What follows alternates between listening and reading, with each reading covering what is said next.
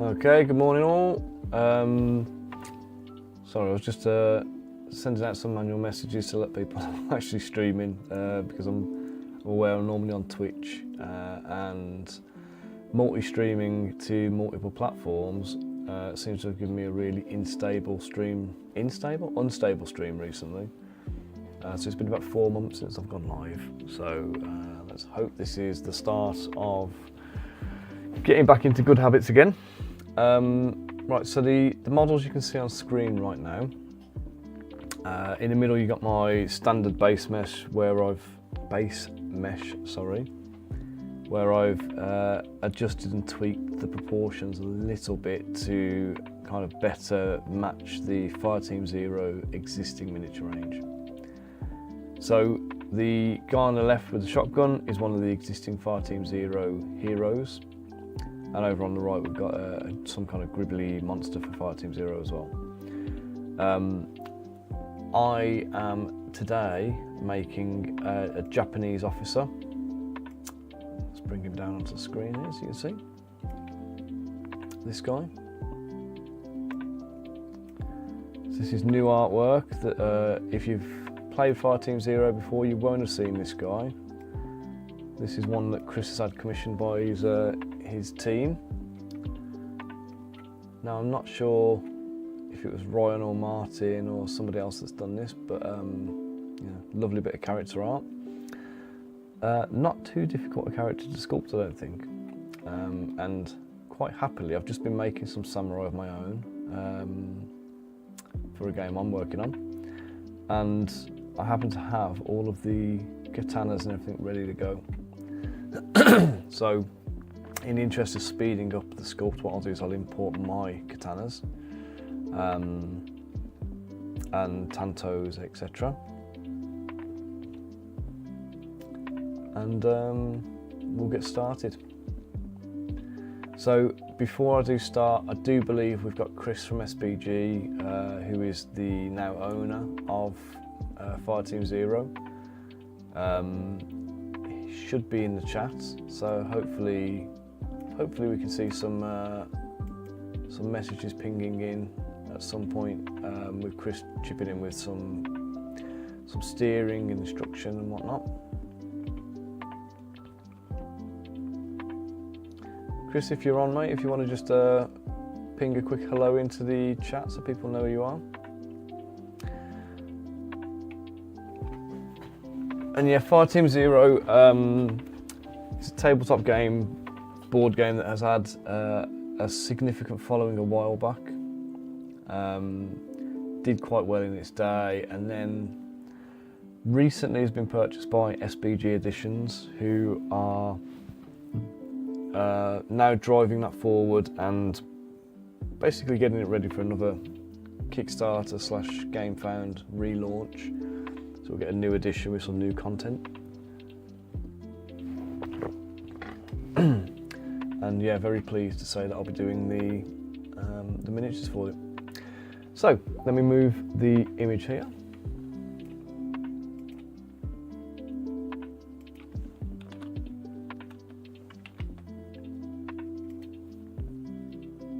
Oh, 1 second, TV problems.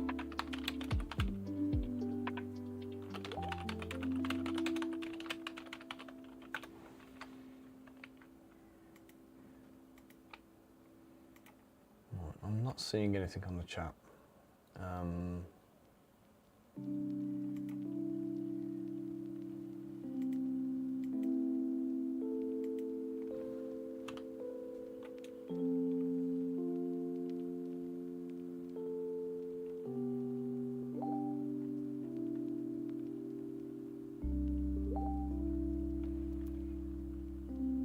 What is going on?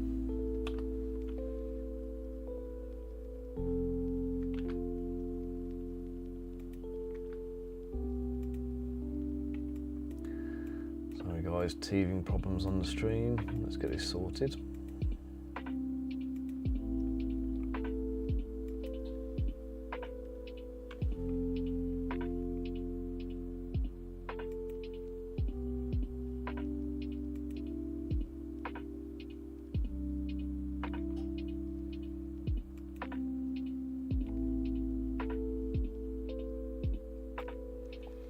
Let's see if we can make it so that I can see the same chat window that you're seeing, Chris.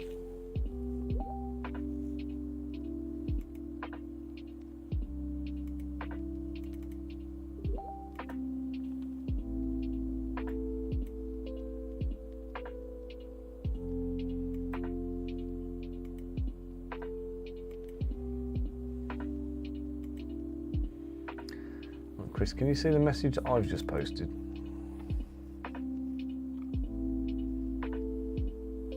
Well, the pink hand wave thing.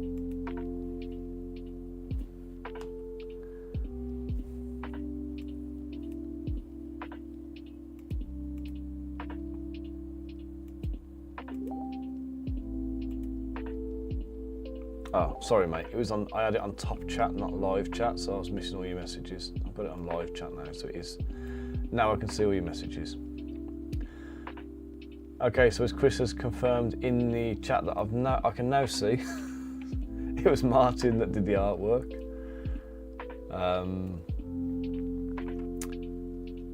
Right then. Now we're cooking with, I don't know, maybe a slightly lukewarm stove or something like that. I don't know. So let's hope we're on fire with it now. Right, so I've got your Japanese soldier here, Chris. Let's get stuck in. So I'm just going to hide the monster because we don't need him for this for now. I'm just going to import a few assets, like the sword and stuff.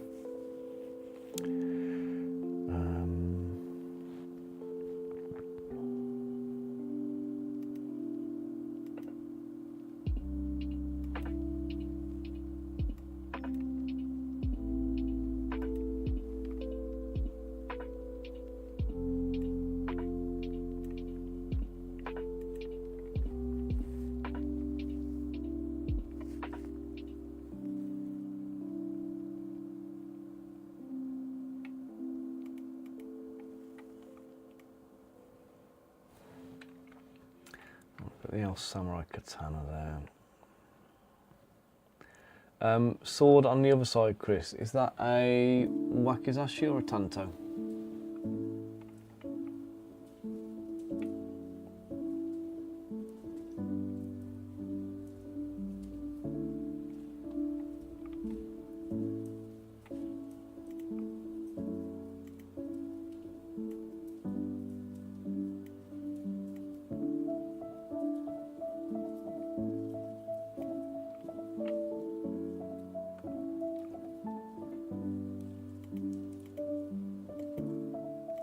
Tanto, okay, so right, are we keeping the scabbard on the tanto or are we taking it off? The scabbard, sorry, the hilt, because sometimes they just go straight in. It's a more slimline weapon, isn't it?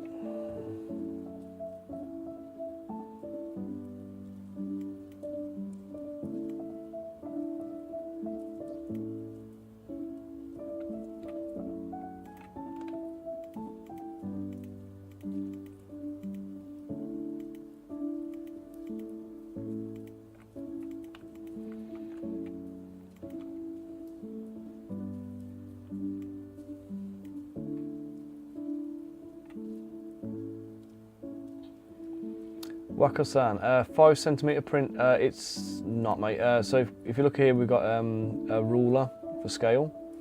So we've got 10, 20, 30, 40 millimeters to the top here from the bottom of the base.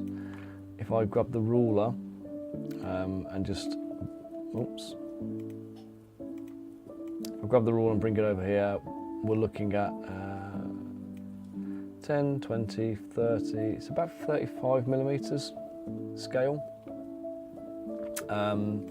Plan will be for resin, but I do believe these ones are, I don't think Chris is releasing them as like STL files. I believe they're going to be going into full plastic production.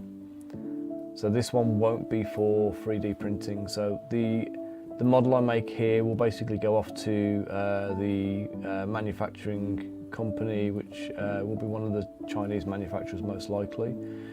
And then they will, they have teams of engineers basically who will break them back down. Morning Sam, good to have you on the stream. Yeah, mass casting. So they'll go for the big injection moulding runs for the volume. Oh, right. While I've got this highlighted, let me just split off the ruler so it's out of my scene. I'm going to take his base off and do the same again.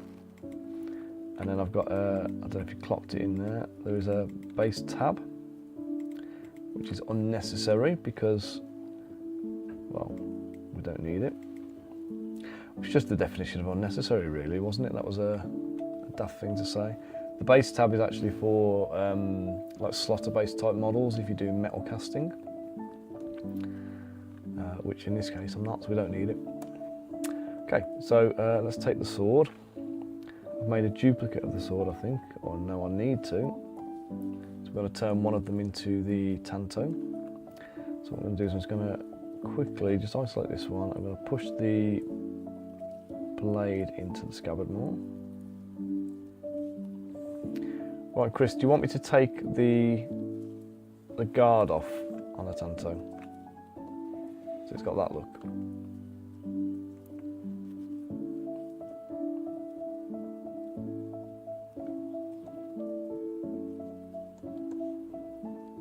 So Tanto will be about this long, so the handle and the blade will be about the same kind of length.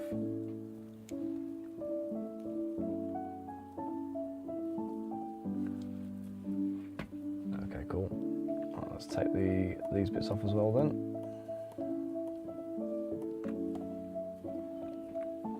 Waka-san, you got a model you want to print, but it's 10 centimeters PLA.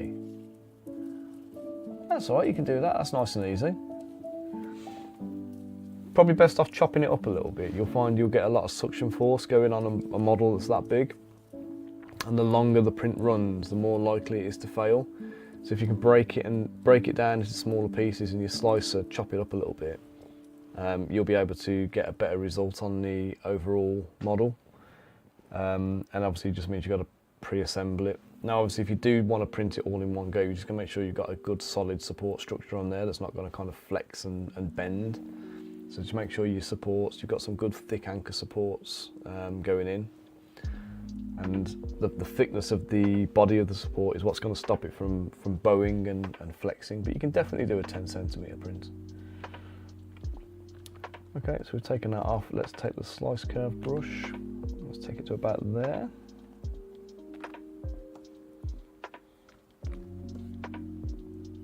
And then we're going to go, let's just see my polygroups. We're going to go, I feel like I've forgotten what I'm doing. I have been sculpting, by the way. When I've not been streaming, I've still been sculpting. I was having a bit of a brain fart this morning. I was just forgetting stuff. Right, deleting. There we go. Right, so we've got a Tanto there now. And let's just take these little, I don't know why they're there, but let's take them off.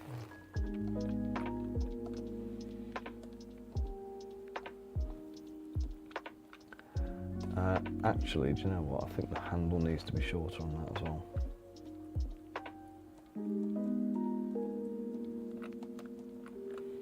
Let's push the handle up and in.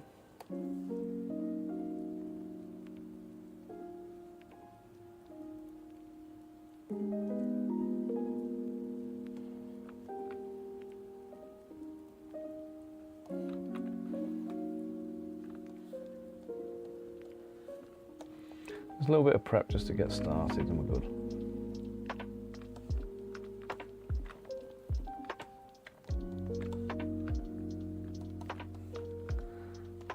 Okay, right, so Tanto is going on the right side of his belt.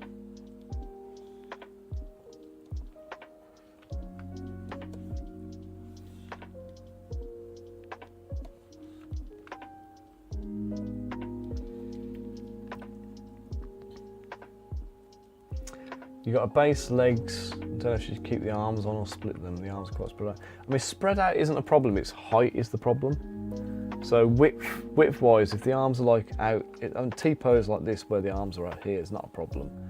It's the height. So the bigger the height of the model is, the longer it's going to take to print. So taller models just take an awful lot longer. So if you can keep it compressed so it's lower on the build plate, you'll obviously just speed up your time. Okay, so Tanto is in place. Let's get the actual katana here. I'm going to split mask. Let me just save it as well. If you haven't seen Zbrush, I do apologise because it does like to just crash randomly. I'll save it as regularly as I can. If I haven't saved it in a while, pop a prompt in the chat to save it if you can, just to give me a bit of a G up on it. I know Chris will be on it. Right, we're going to split masked parts. So we take the scabbard off. Right, so the scabbard is now going to go over here.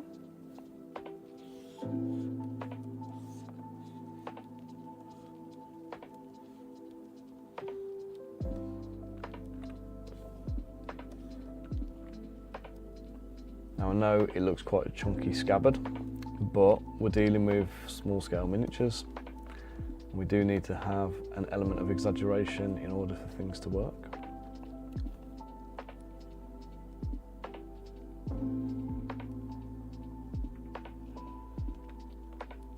Yeah, I use 2022. It is a good bit of kit, and it's free for me, which is why I still use it. I've not dabbled in the new version, but I bought this. I literally bought this back in 2010. So I've been using it that long, and I had a perpetual license with it, and I don't really want to kind of give up my perpetual license to have to then start paying for it month after month. And the current version I'm using 2022, I say the current version, the old version I'm using 2022 has all of the features that I need.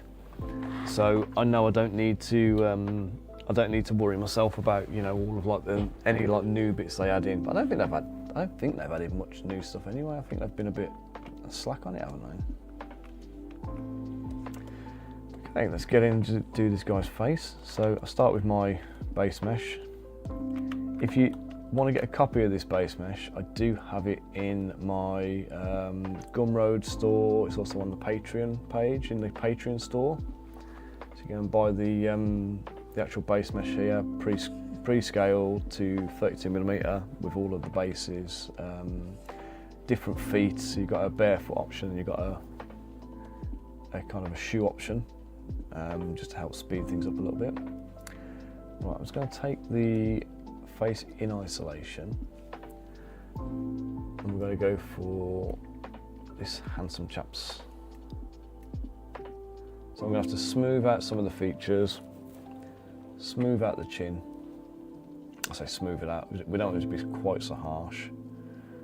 And then we've got to kind of get the kind of handsome, youthful appeal that we're looking at here.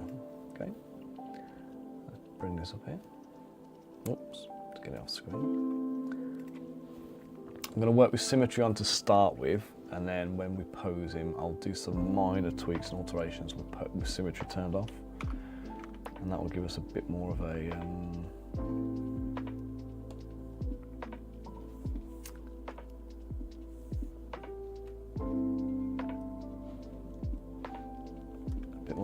bit more speed, if you like. I'm going to use Sculptress Pro mode as well, so I haven't got to worry about geometry or re-dynameshing anything. Fill the cheek cavity in and round out his face a little bit. Let's go for a bigger brush. Nice nice and gentle. I don't want to affect it too much here.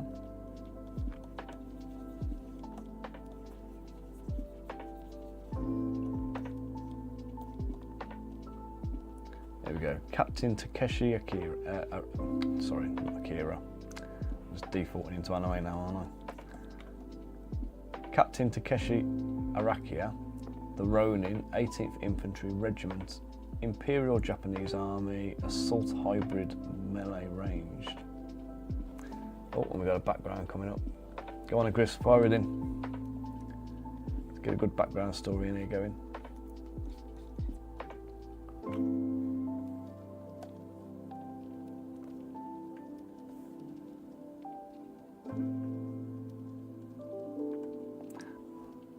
Let's just round his lips out a little bit. Let's just soften this top lip so it's not quite so harsh. The bottom lip, not too bad. Oh, now his nose. We're going to bring the nose more rounded on the end. Slightly more rounded nostrils, and it looks like his nose is a bit straighter, I would say.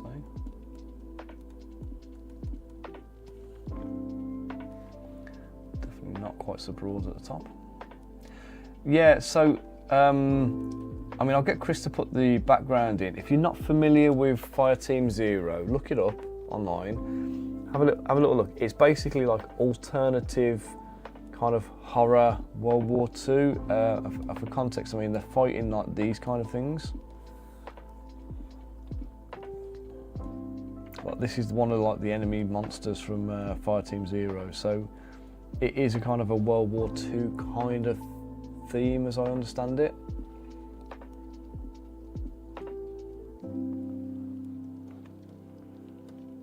I mean, this is basically like a mutated giraffe, so you can see the giraffe skeleton, giraffe skull and the giraffe spine coming out of the thing's mouth, and then we've got like the big long giraffe legs, but it's basically just turned into some big flesh golem kind of monstrosity kind of thing.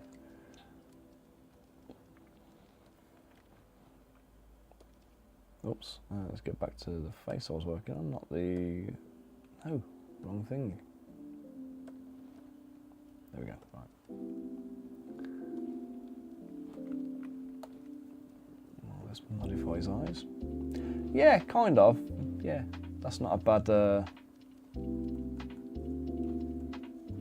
bad way of putting it, if you like. Again, I'm sure Chris has got an elevator pitch he can roll out for you to kind of give you a summary on it. Oh no, yeah, he just agrees with you. Oops. Oh, I just need to hide the base because it's going to get in the way. Hide the base, hide the sergeant, and the ruler. The ruler's annoying.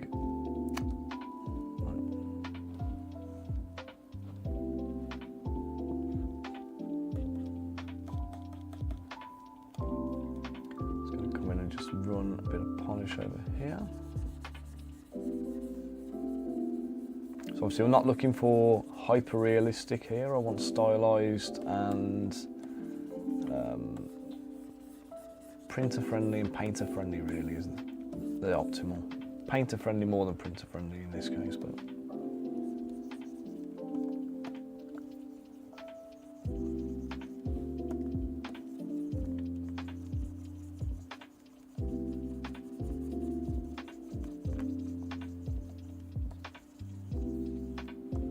so I don't like to use the smoothing tool. I tend to use the polish tools instead.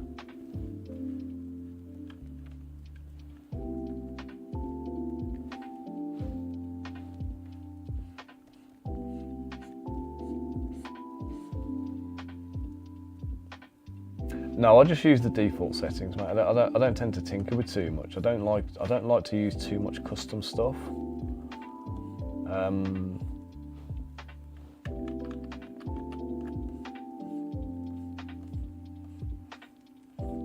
So yeah, I haven't really tinkered with the settings. I just use whatever's there by default.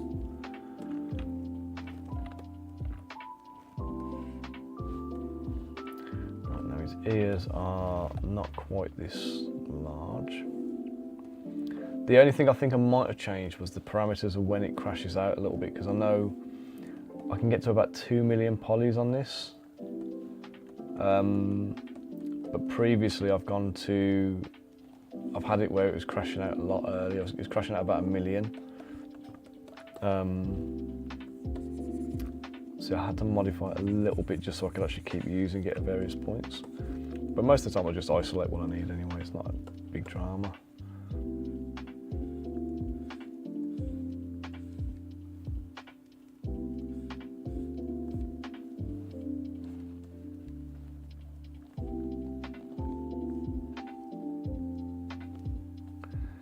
But I use the Sculptress Pro mode anytime I'm doing like a rough out or a bulk up on anything. So when I'm doing the basic stages of the model,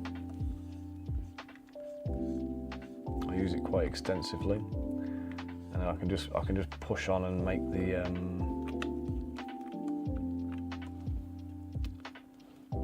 forms and the shapes and things like that I need to get started.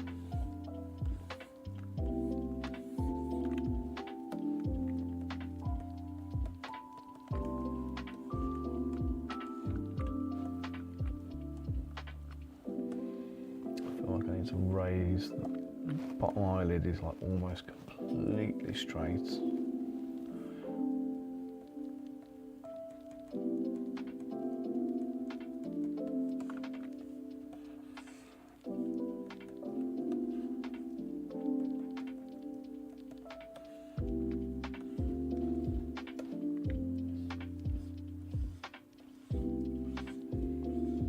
Sharpen on the edge there.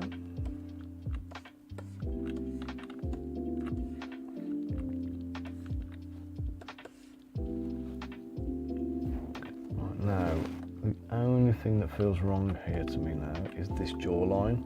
Looks a little bit too...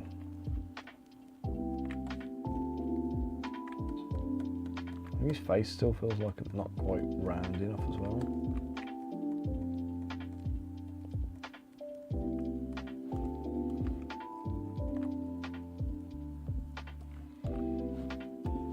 I think his lips are a bit hard still at the bottom. The bottom lip is still a little bit too harsh. Let's soften that one down.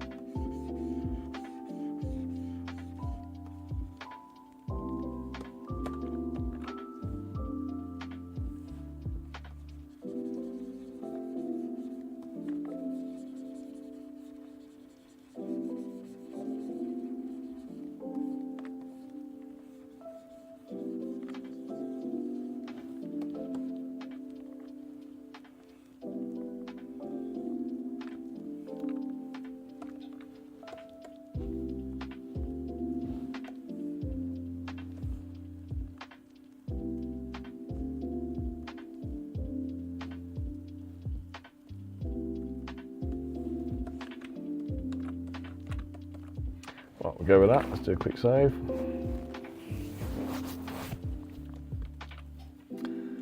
Right, his hat.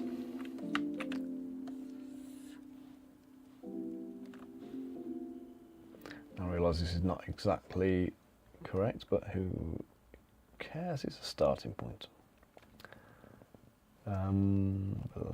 Let's go for 458. It's a very thick hat, you might be saying, but yes, it is. And we do need that bit of exaggeration for the miniatures.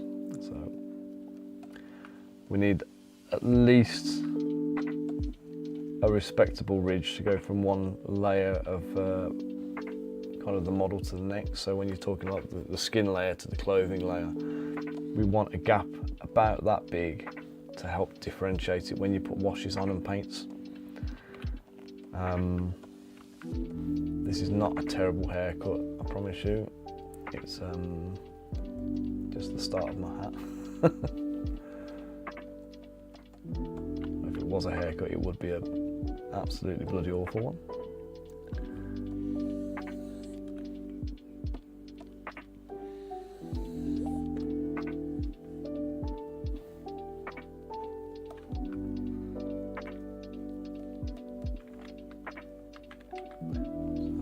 Crisping, give me an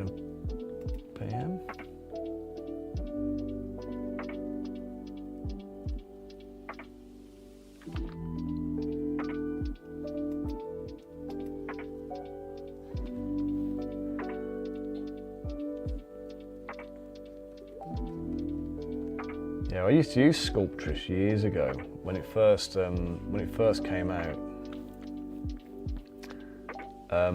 Before Zbrush had anything to do with it, and it was what actually got me into digital sculpting. So I was quite pleased when it became part of the Zbrush suite.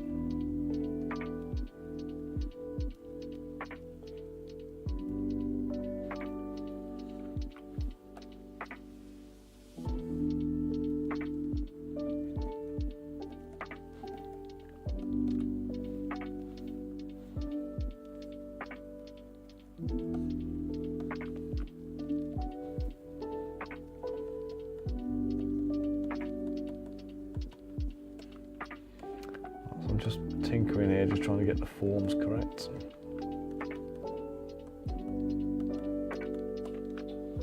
Or approximately at least.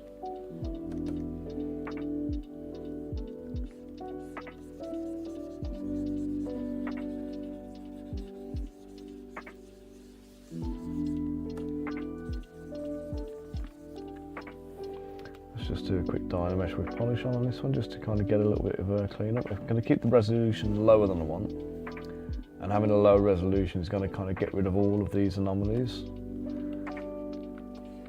Smooth it out nice, give me a nice stylized look, and I've got my nice starting point then.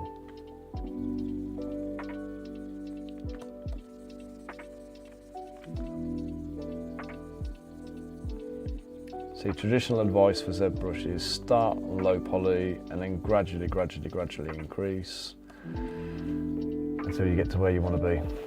And you can add all the little macro details you want. For me, I kind of start wherever I want.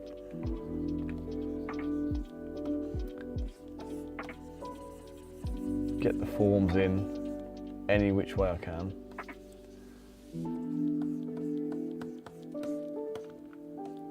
And then refine the mesh until I've got the look I want, and then I'm going to decimate it down to the lowest point I can possibly get to without losing all the detail.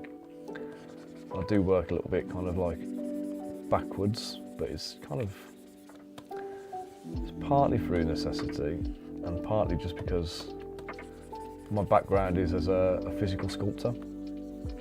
So I started sculpting like with green stuff and polymer clays and epoxy putties and stuff like that, like 20 odd years ago. So the sculpting technique I use is a modification of that. Right, now the guy's got like a seam running up his hat, and there's a little star right now.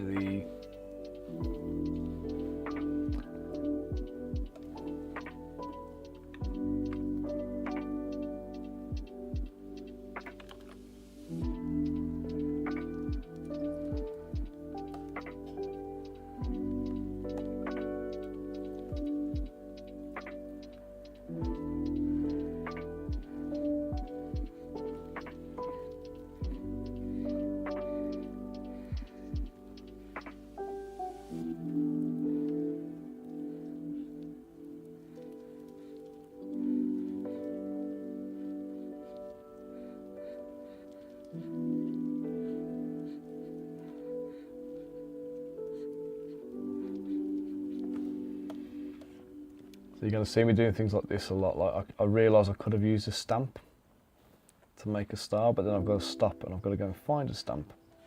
And it's such a tiny, small detail.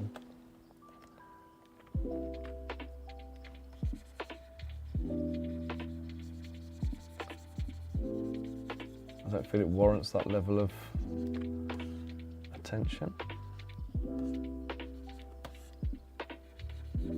If it was like a symbol that needed to be very precise, I would do it.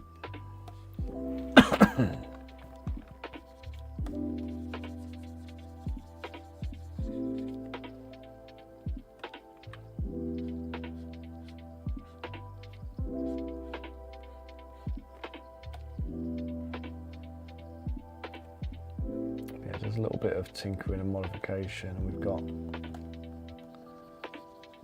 exactly what I set out for.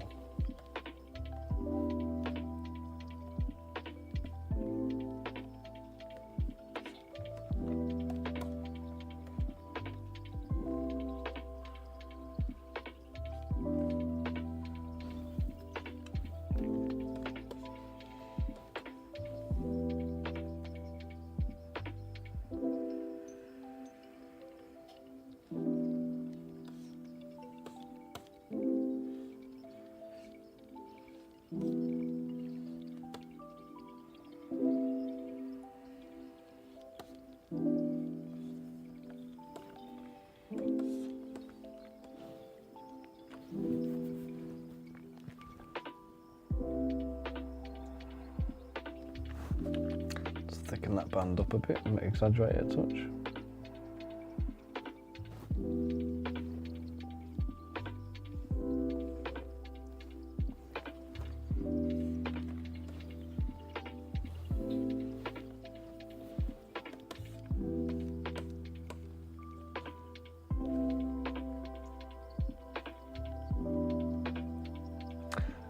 I'm using a desktop PC with a Huion Canvas 20, yeah 20, not a 22.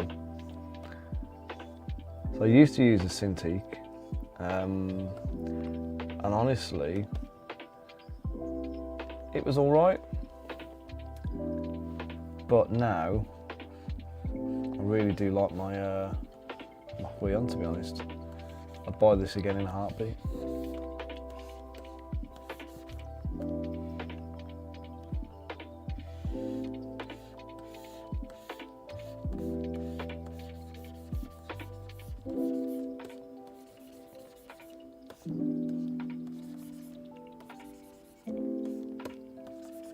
But I used to use a Cintiq Companion 2, which was the standalone version. So it doesn't require a PC to run. It got its own operating system and everything else on it.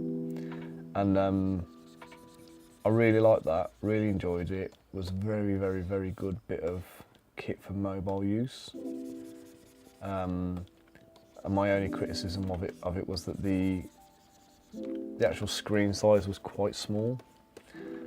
And when you were using certain programs like this, I didn't find too much of a problem with Zbrush. But if I was trying to do, what do you call it? If I was trying to use Photoshop, the UI would be a little bit too small, and it would make life a little bit difficult then. But it was a very, very good, very high spec tablet. But they stopped making them now. No, I think Wacom's always going. They've got their place in the market, haven't they? As like the go-to brand name. It doesn't mean you're not going to get competitors, but you know, the competitors are just equally as good now, and you don't have to worry about having, you know, you've got to have Wacom or else kind of thing. Save that. This is done. Just got to do the little. Call it like the neck guard. Neck guard? It's not a neck guard, is it? Neck protector? What do we call it, Chris? The little cloth down the back.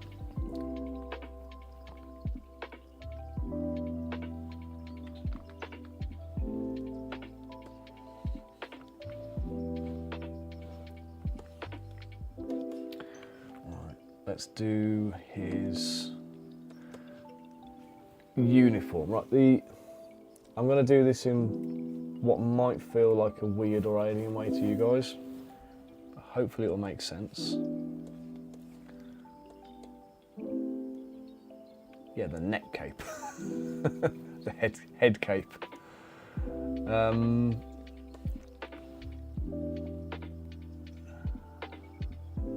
Best way to do it to some of this, isn't it? So if I just get the lasso mask, I want to come up to about here. I'm going to go down behind his ear, down to his neck, to about there, and we'll just extract that bit.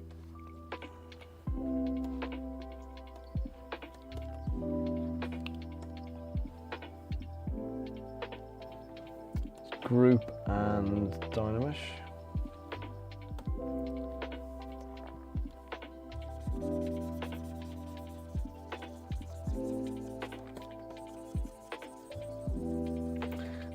Polish out the back of the neck so it hasn't got the head contour on it. And we'll just scrub this bit in.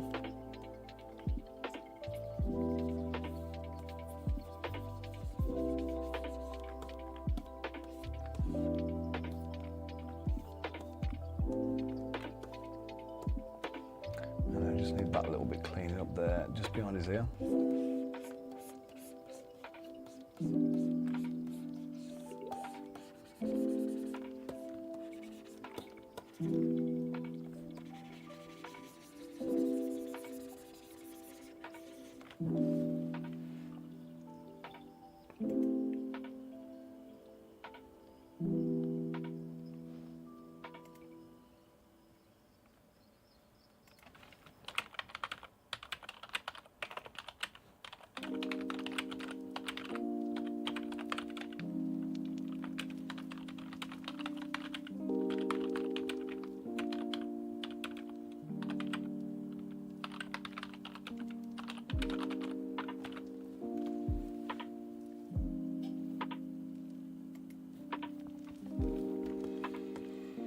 Right, there we go. So this dude is no longer getting sunburn on his neck. We're going to come to his head and we're just going to put his little hairline in.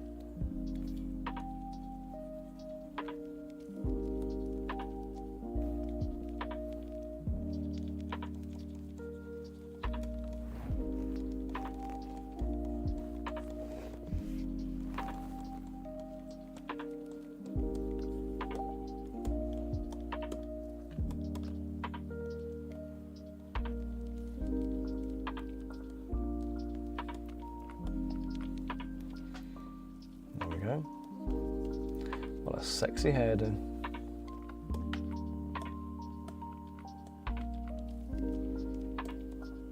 There's no point in doing the whole hair because obviously he's wearing a hat, we don't see it. Right, so the body. If you've seen me do bodies before, this won't come as a shock. If you haven't, I apologise. So what I'm going to do, I'm going to take first off the head away, and let's take the neck off too. I need to lose the hands.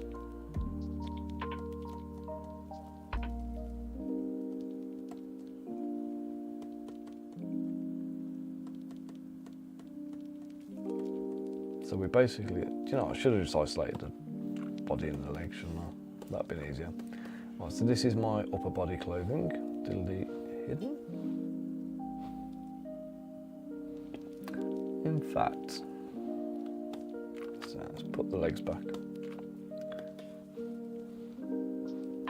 Right, so we're going to delete hidden now. Now on the legs, I'm just going to slice it just below his knee.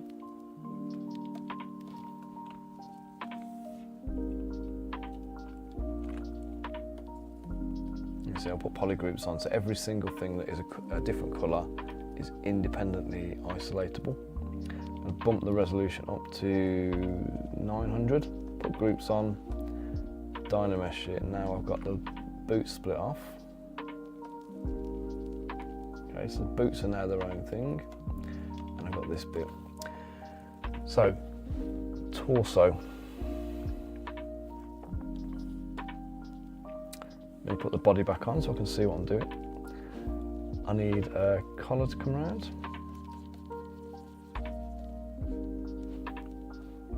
And that's going to come down to here. And we've got a t-shirt here. So we've got a t-shirt line. And then we have the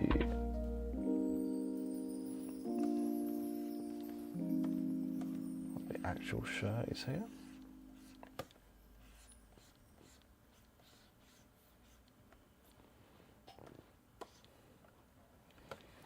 Just going to go over the anatomy, so we just hide some of the musculature in here, because the dude may be ripped as, but you're not going to see it through his uniform.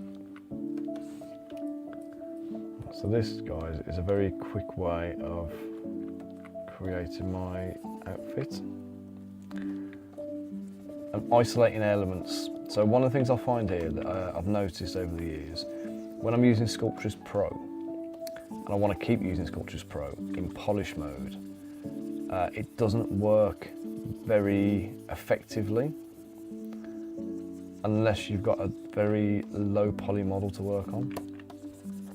So if you can minimise the amount you're working on at any given time, you can keep doing it. Otherwise, you've got two options.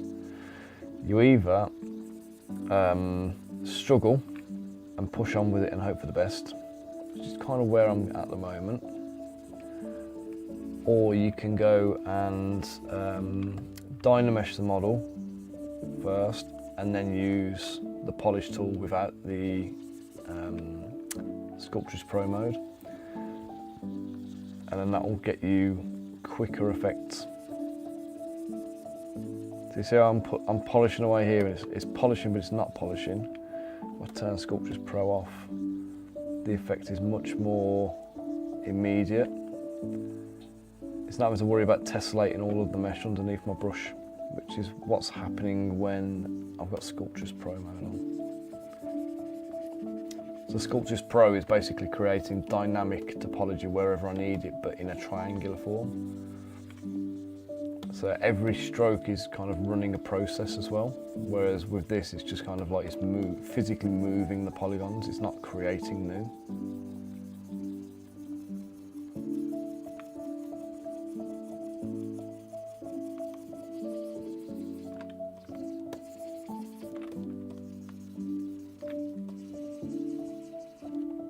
And the other time Sculptress Pro really comes into its own is when you're trying to like smooth areas out. Smoothing with Sculptress Pro will like literally just nerf all of the detail, remove any imperfections or any surface kind of like texture and surface kind of like angles and tessellations and stuff, and it will just create a smooth geometry for you.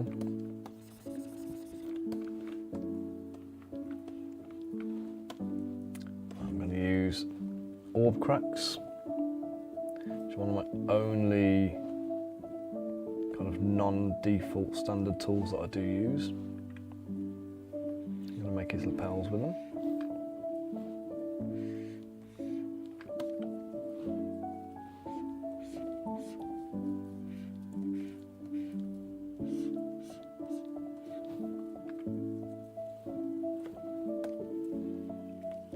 And backing him filled in.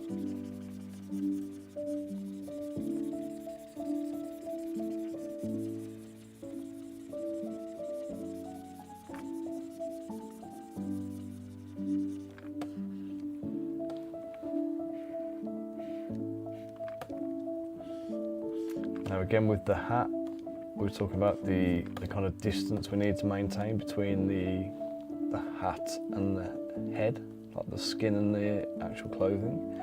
We're going to have to do the same with the lapels, so we're going to need a decent ridge line in order to be able to actually register these as a separate layer on top of the shirt.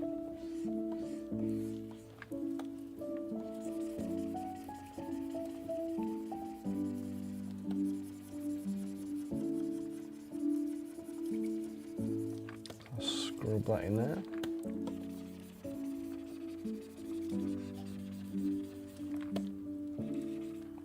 Polish the outside edges as well, just to get it nice and crisp and sharp.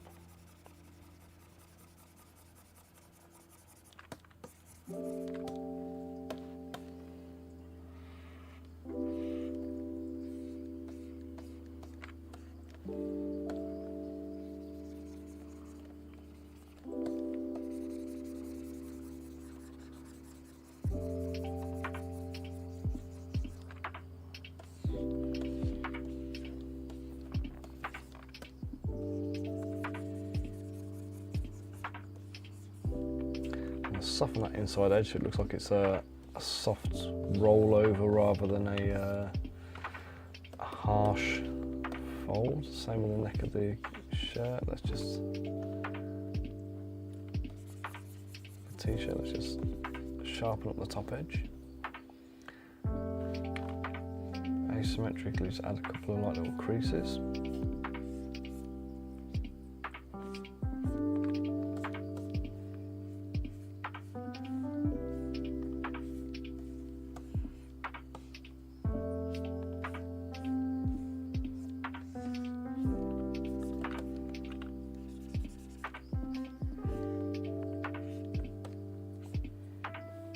You may hear the dog snoring in the background in a minute. So if you do hear a weird background noise, I haven't nodded off, promise you, just the dog.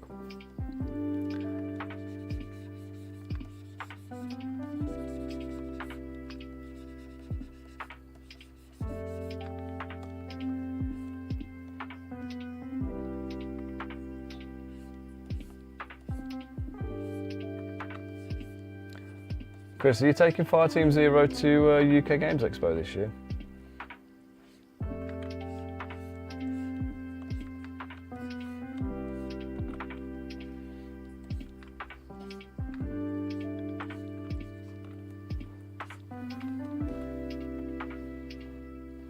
Not sure.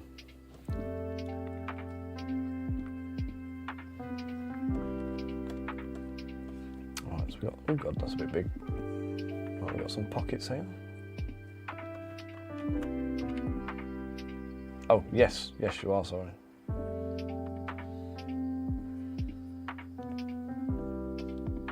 Oh, the not sure was when I asked about the neck cape thing, wasn't it?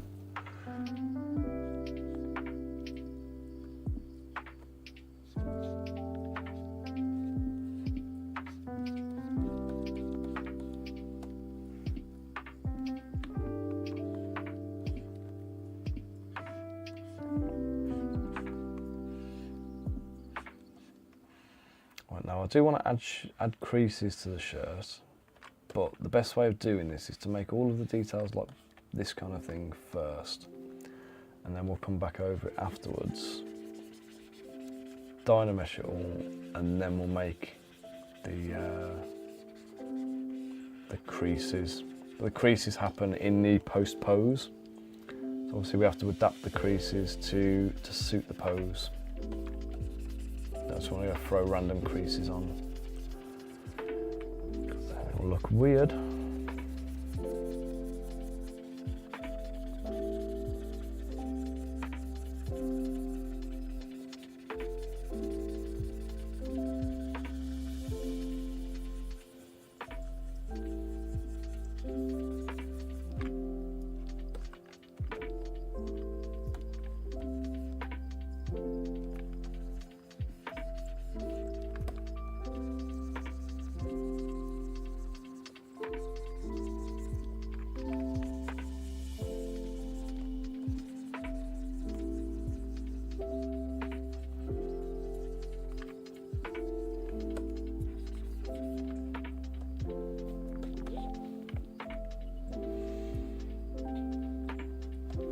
Then this needs to just come over. One side needs to be, well, actually, do you know what? It's not on this, is it?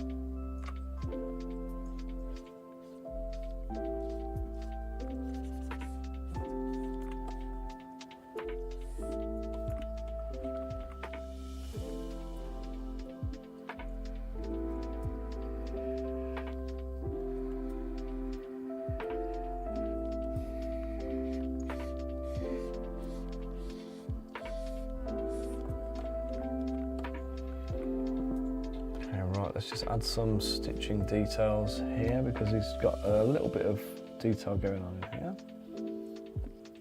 Bump this up.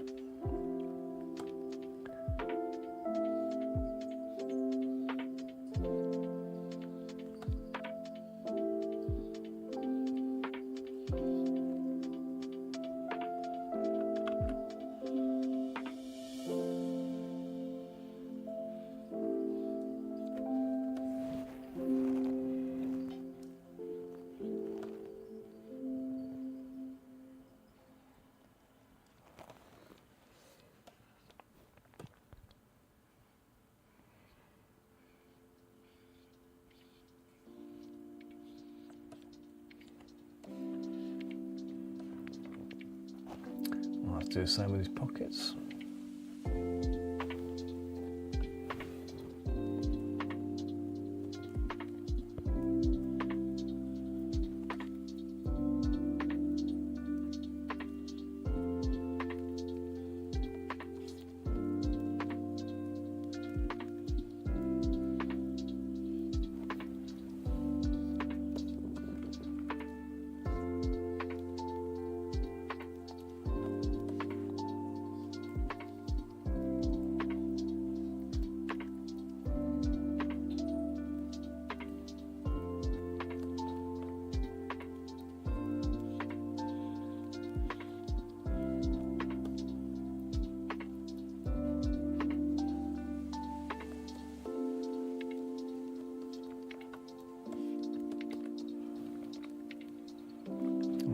move that quick. Right, that's his shirt done.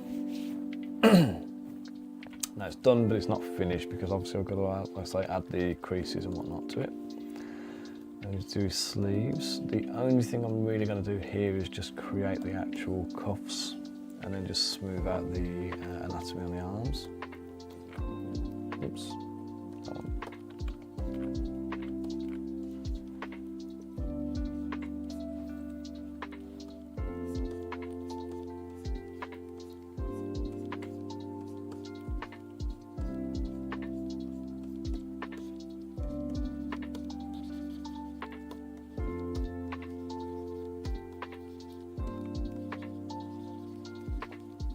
Smooth out some of the muscle transitions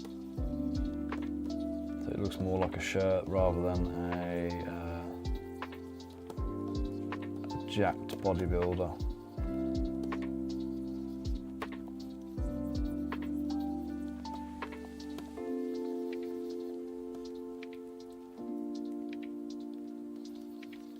Okay, Chris, thanks, mate. I'll have a look in a minute. We've got some stuff going on the back of his shirt and stuff, have we?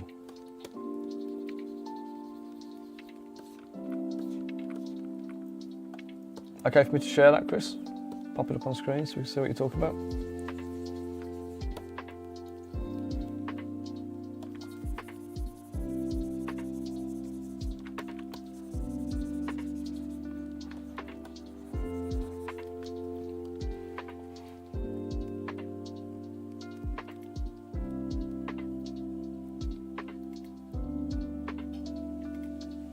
Oh yeah, right, so there you go. We have another image of the same guy. Give you a little bit more context for, oh, my stream's glitching, what's going on?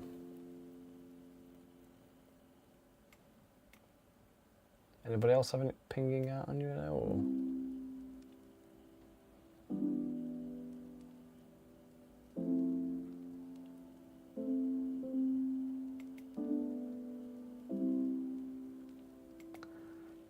Seems to be all right.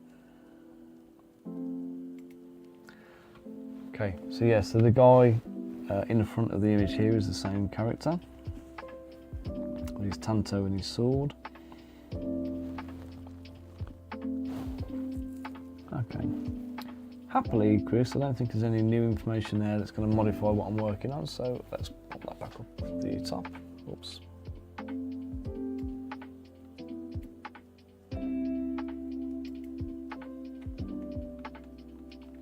This is one of the things I find really nice working with Chris. So when you do commission work for people, sometimes obviously you get customers who just give you verbal descriptions, or you get a written description of what it is that you're needing to make. Whereas Chris has got a big old team of artists he works with. He commissions so much artwork, and then usually what happens is he'll throw something at me and go, "Got this really cool piece of artwork, Dan, can you make this please?" Bring him to life.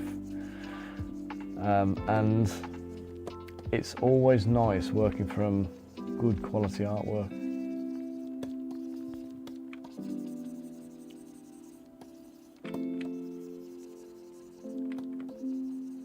Because quite often what you find as well is customers, these days they tend to throw a lot of AI stuff at me as well. So they'll throw AI images at me which don't always make sense.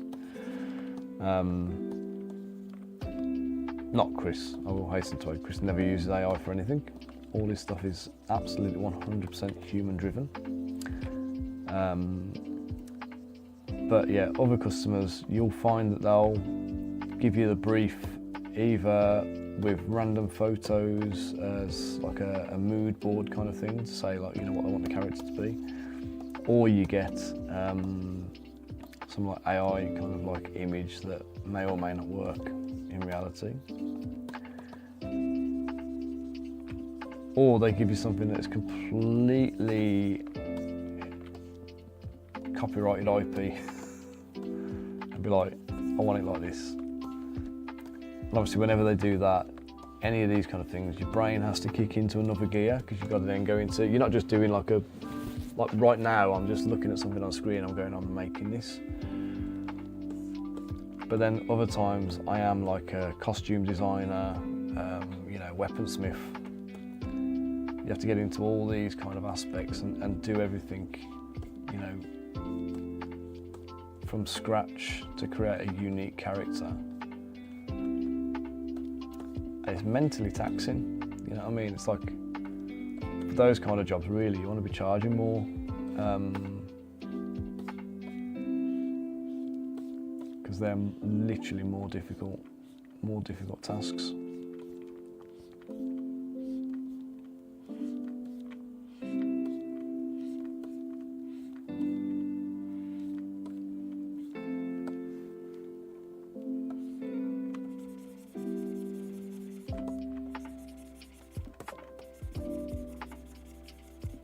I'll say this one here now, the artwork is probably, I'm not asking you to disclose the numbers, Chris, but I would imagine artwork of that quality, you've got to be looking minimum $120 to $150, I would say, based on my own experience.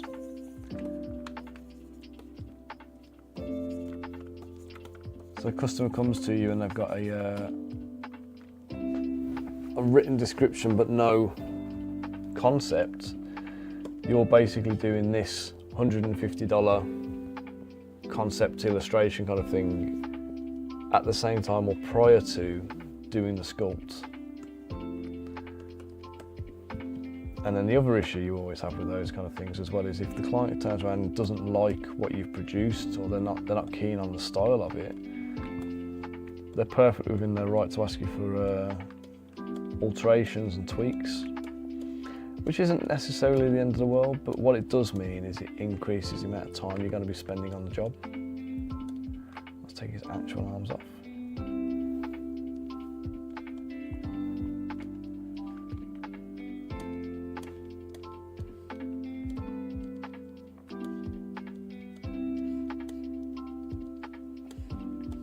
You'll get a lot of to and fro and back and forth, and yeah, it just complicates the whole task really.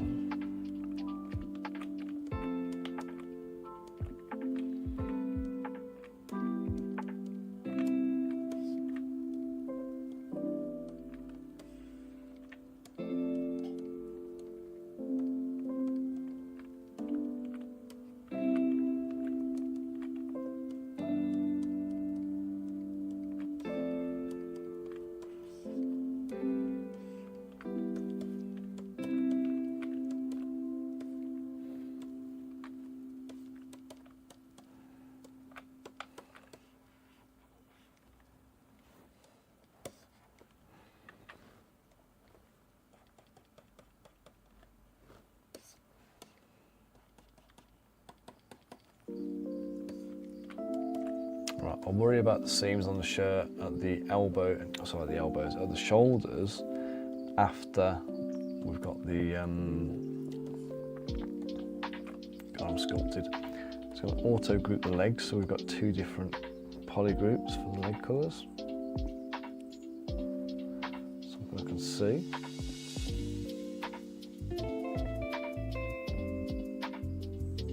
That's better, yeah.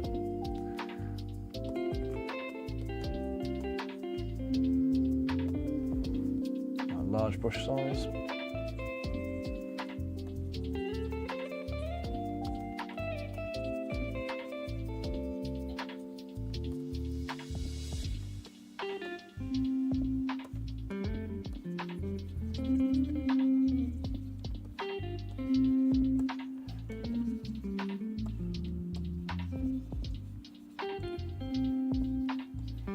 Chris, do you want him in the pose that he's in on the image where he's holding the sword in two hands, or do you want him to have the more dynamic pose from the illustration you've just sent over? A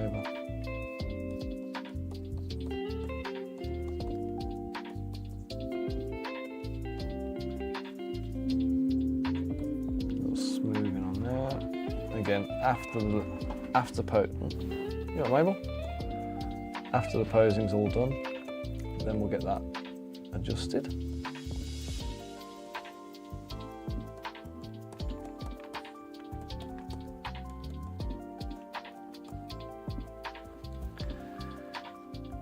far into the stream are we right now?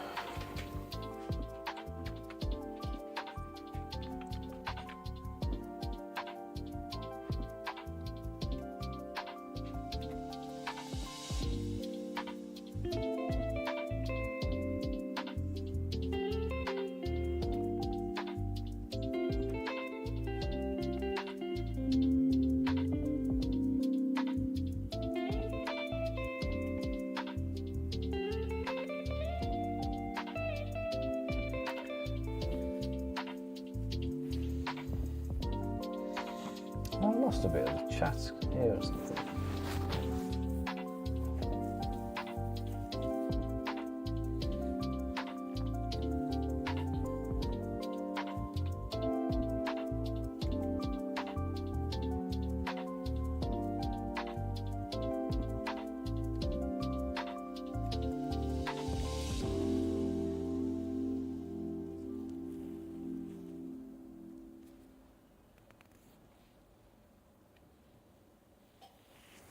So I thought there was more chat beyond the neck thing.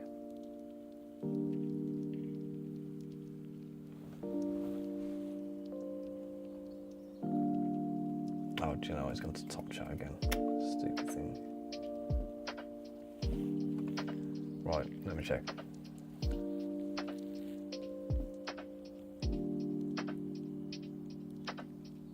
Dynamic pose with the two swords, Chris. Okay, cool. Let's get his belts done and boots done.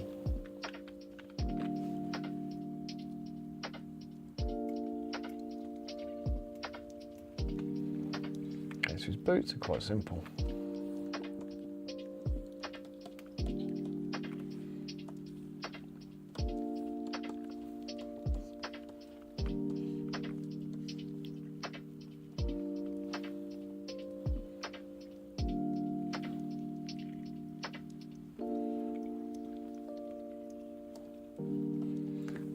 Up his ankles and his lower legs. Just add some mass in here, just so they're not too skinny and so that his ankles just don't snap off.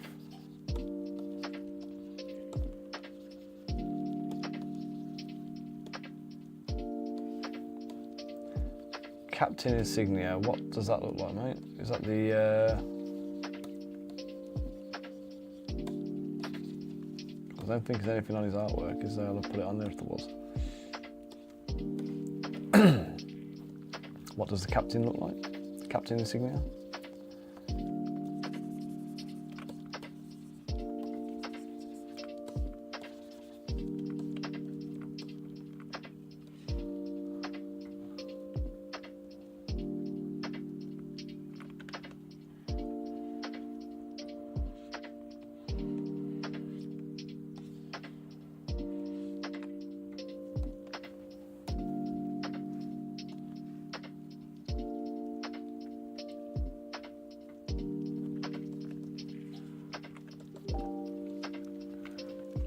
Lovely. Thank you, Chris.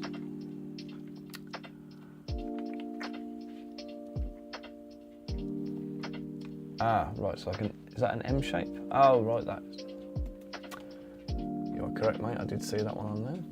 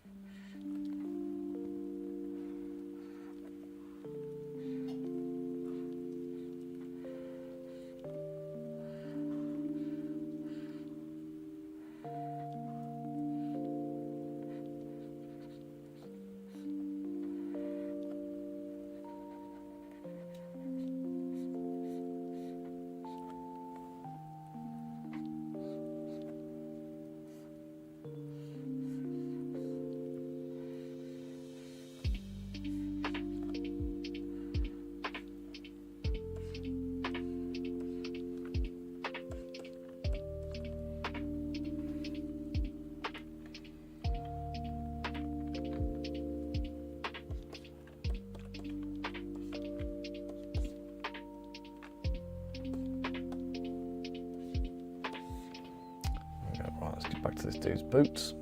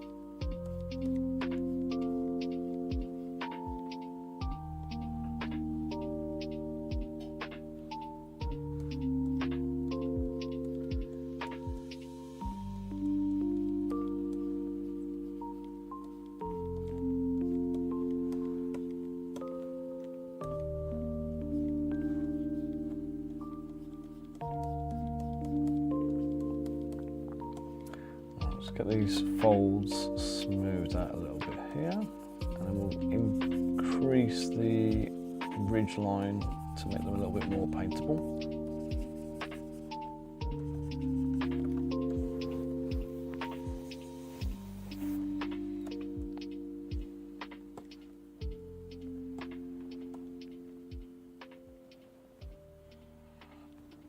Guys, if you're on the stream, can you give us a little thumbs up, a little like and a follow as well?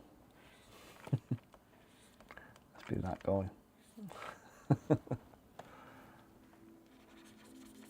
I'm trying to becoming a YouTuber or anything like that, but I think it all helps with the algorithm, getting people to see my work, which is always a nice bonus. And then they get to see Chris's stuff, and then they get to charge him more money as well, because I'm advertising for him while I'm working.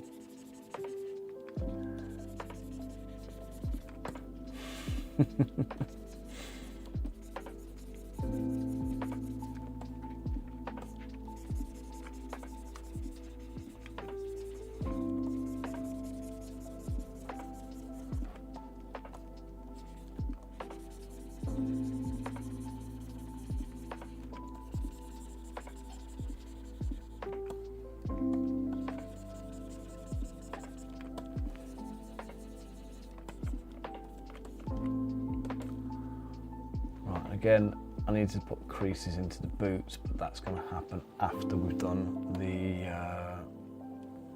pose.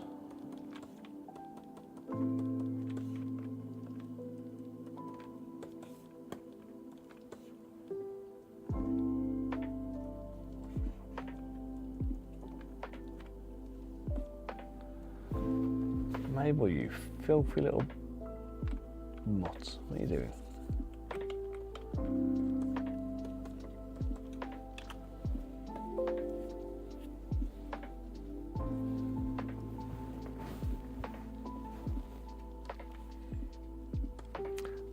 Drop a cylinder in.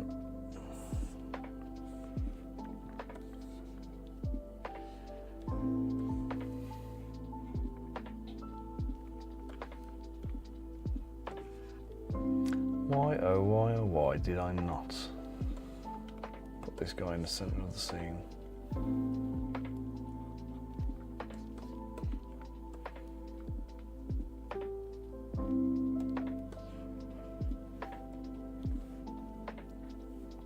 So I'm going to push this back, but I want to use like directional constraints. So what I'm going to do is I'm going to select the front faces here with the move tool. I'm going to hold the Alt key, and then as I move upwards, it's going to push the belt towards the body. If I click over here and push with the Alt key pressed and then pull backwards, it's going to pull it out from the body. And that way it's not going to get thicker or change the thickness of the belt anywhere. It's just going to help me to get it to conform to the body where I need it to do. And then I'm going to push this back, but I want to use like directional constraints. So what I'm going to do is I'm going to select the front faces here with the move tool. I'm going to hold the Alt key, and then as I move upwards, it's going to push the belt towards the body. If I click over here and push with the Alt key pressed and then pull backwards, it's going to pull it out from the body. And that way it's not going to get thicker or change the thickness of the belt anywhere. It's just going to help me to get it to conform to the body where I need it to do.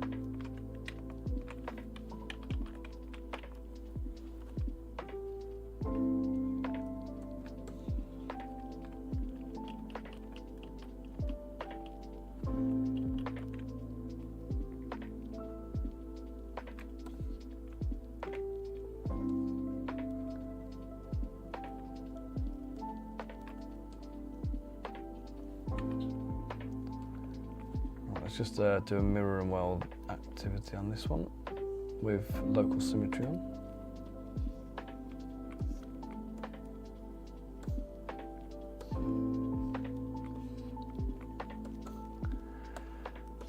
Right, as I go over this now, it's currently very low poly. I was going to go over it with the, in fact let me put the polys on so you can see what's happening now.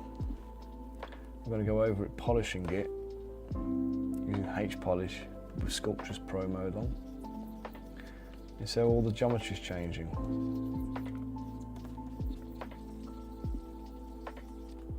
It's becoming all these little tessellated triangles.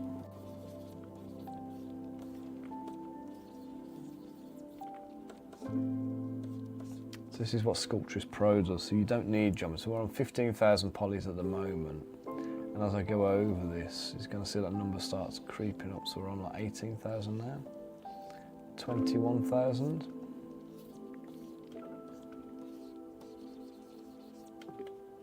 27,000. I mean, that's crazy for a belt, really. It's quite, you know, we don't really need to have it that high poly, but in the grand scheme of things, for what I'm doing here, because we're not animating this, it doesn't matter. Like if I was animating it, I'd be more mindful. We can do like a retopology pass.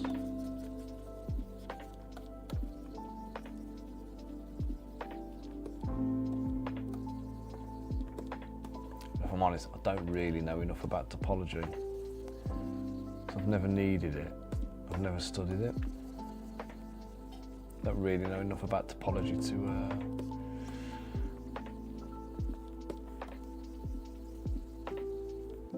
know how to do it effectively for animation.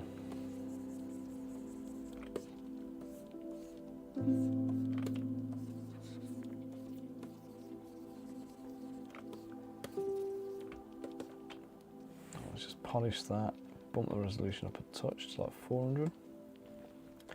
Now we've got a nice smooth belt. I need to duplicate it.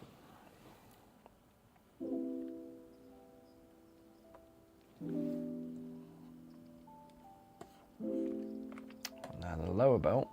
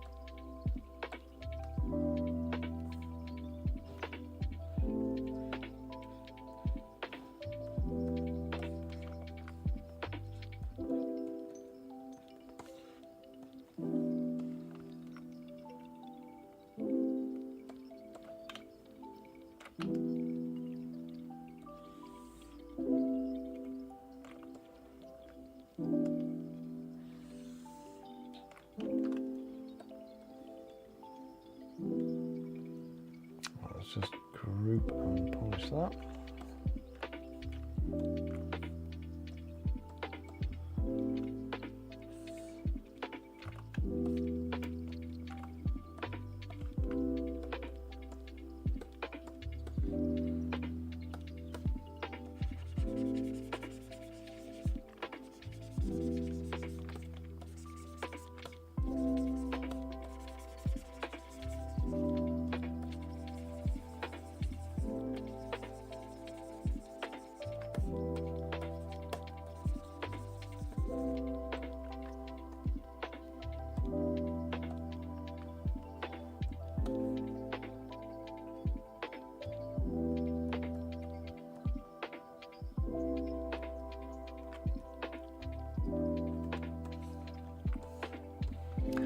a guy's got 2 belt buckles, and 2 different belt buckles because he's both greedy and awkward.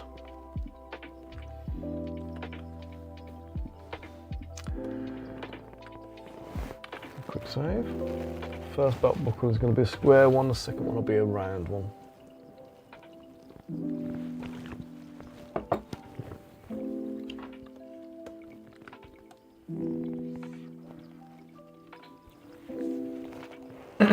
For a square belt buckle,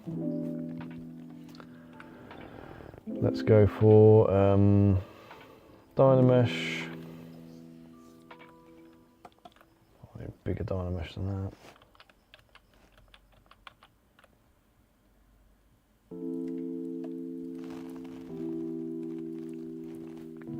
Let's go for Symmetry XYZ. Mask pen.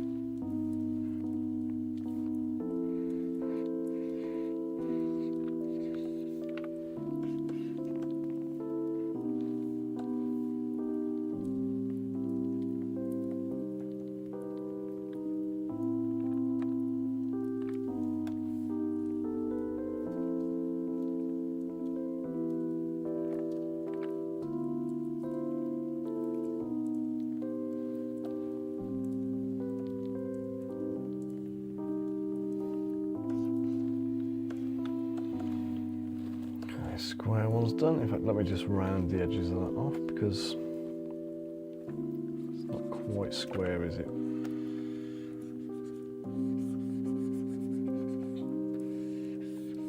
Ask a rhetorical question, but you can't even see the image. You gotta take my word for it.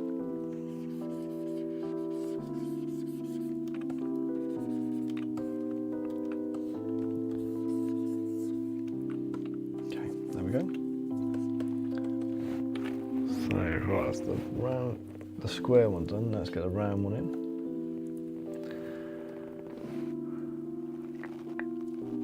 Oh no, what was that? What did I even just insert? A torus? No, not a torus. A spiral. Yeah, that one out. Right, let's go for.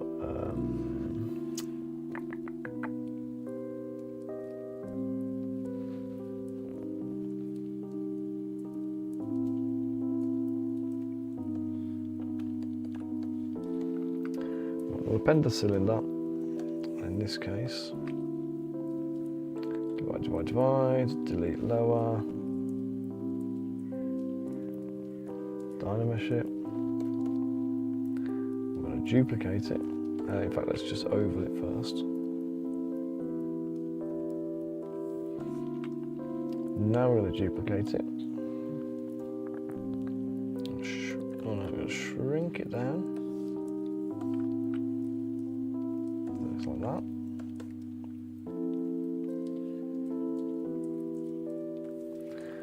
Pop that in there, set that as the subtraction mesh. This one is the start mesh. Oh, guys, let me just mute you a second because I've got the estate agents calling I'm going to speak to you later on.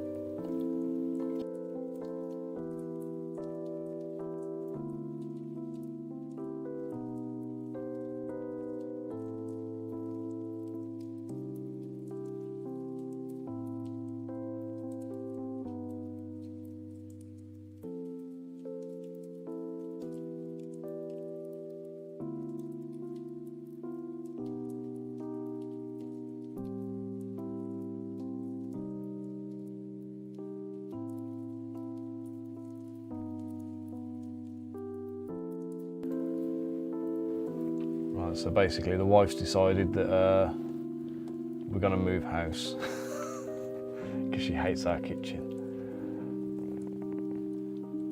So I've now got an estate agent coming over this afternoon. Right, so we merge down and then we're going to Dynamesh, remove that, and there's our new belt buckle.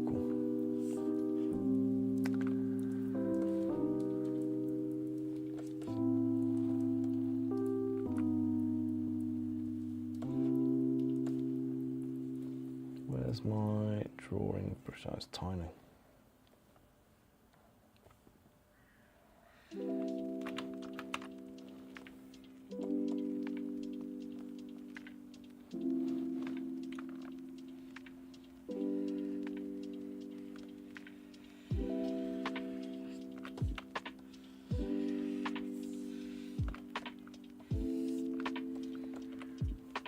Also group. Scale it, turn off the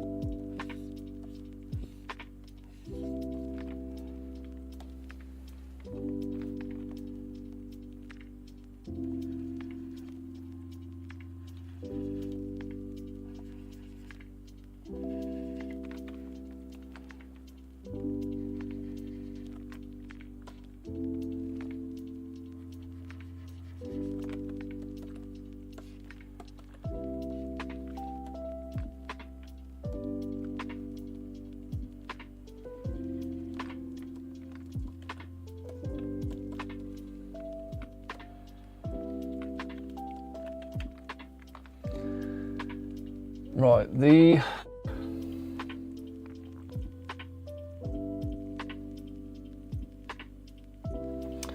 I'm not sure what's going on with the sword binding here, the way the sword is connected to the belt.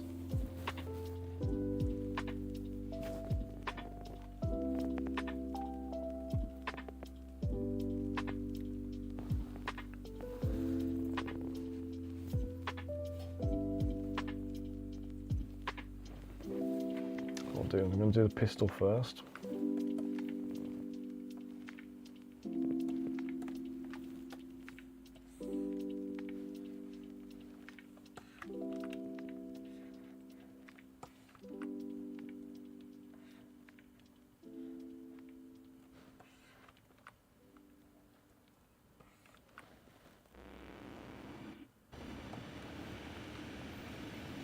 Oh, got a bit of a dodgy track there.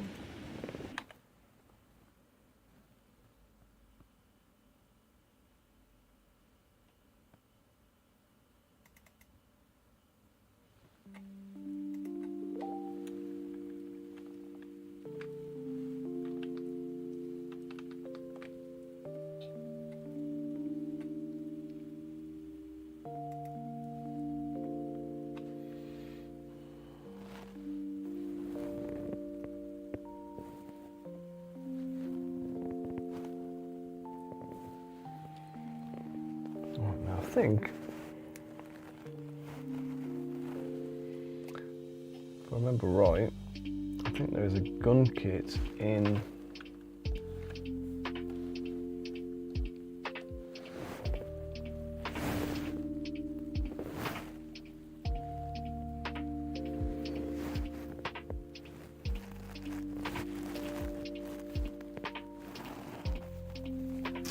IMM gun. There we go.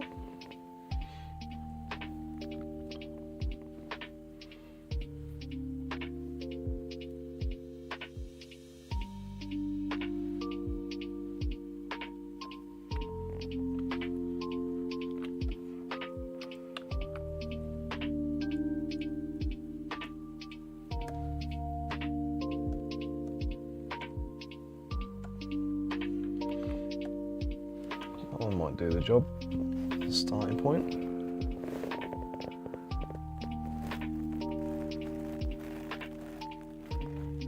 That one's inside out, that's no good.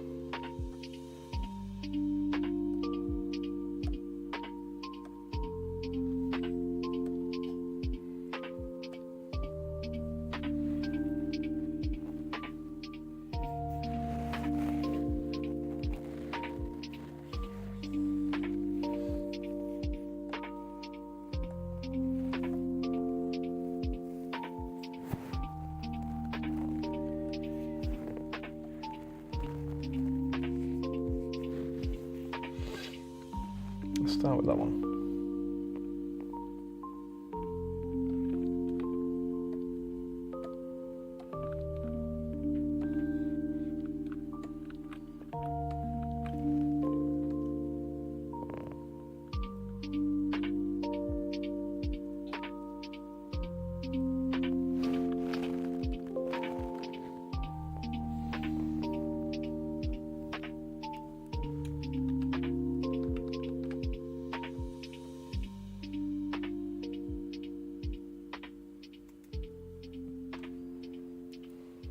Right, best way to do this.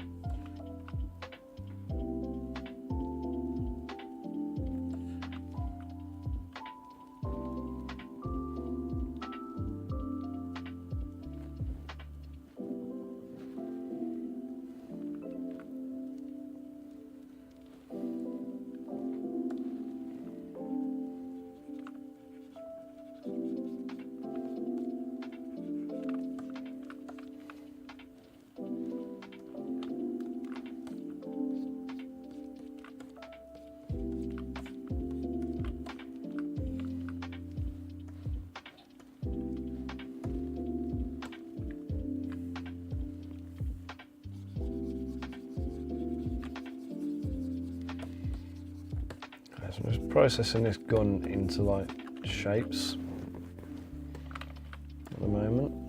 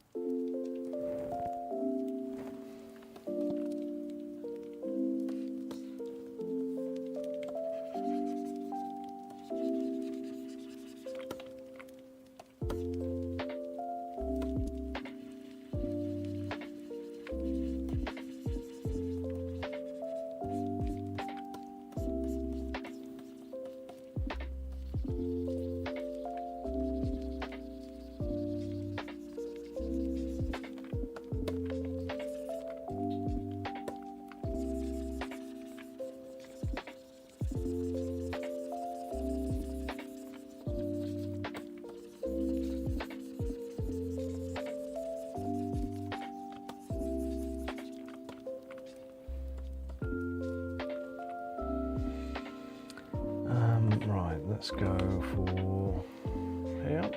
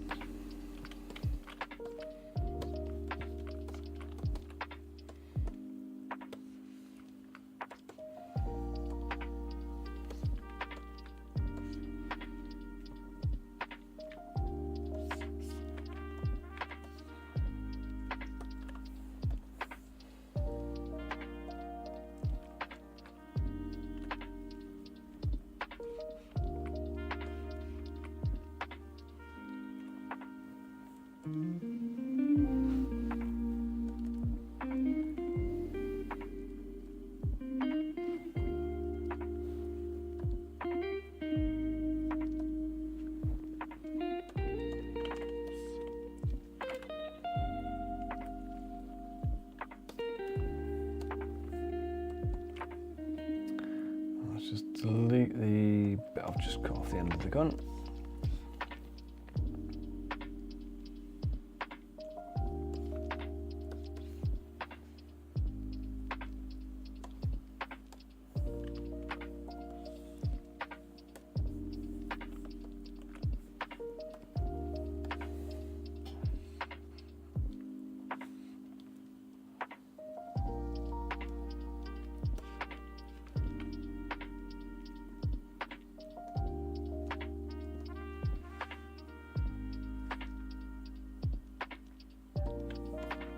Hollow out the barrel,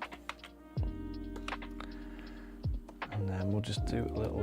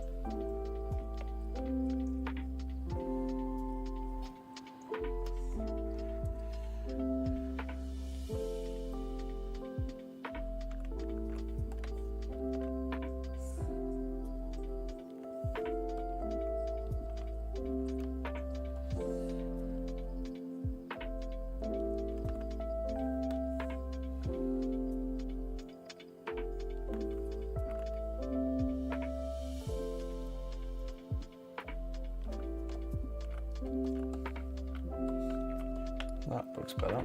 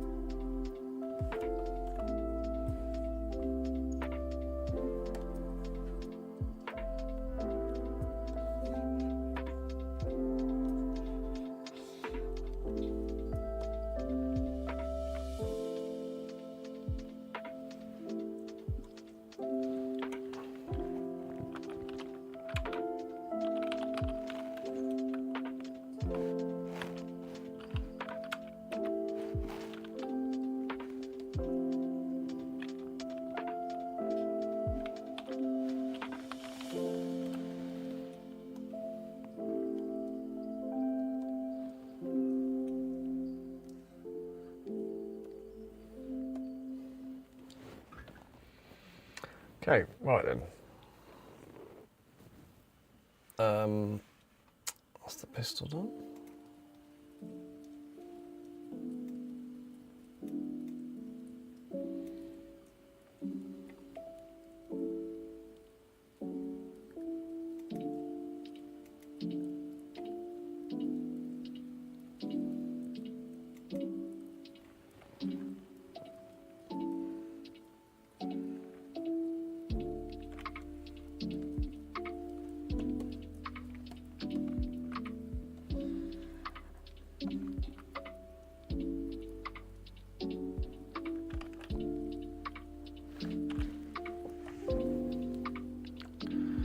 Cheers, Chris.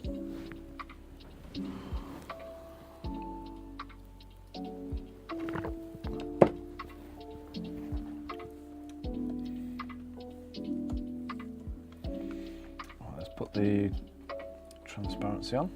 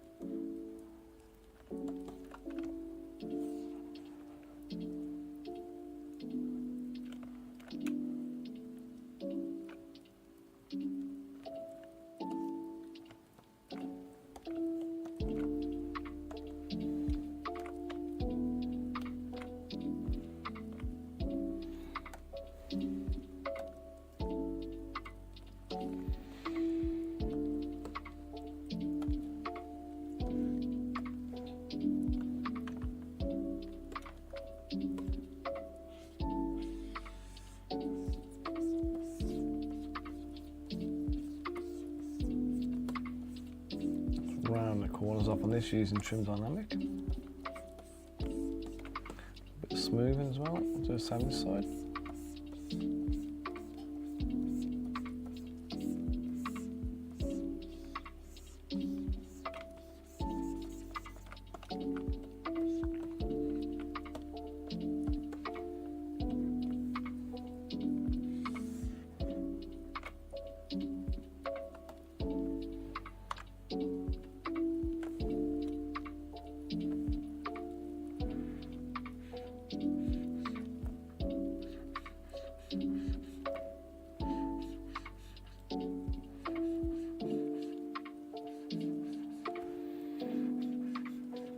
That's how I do stitching.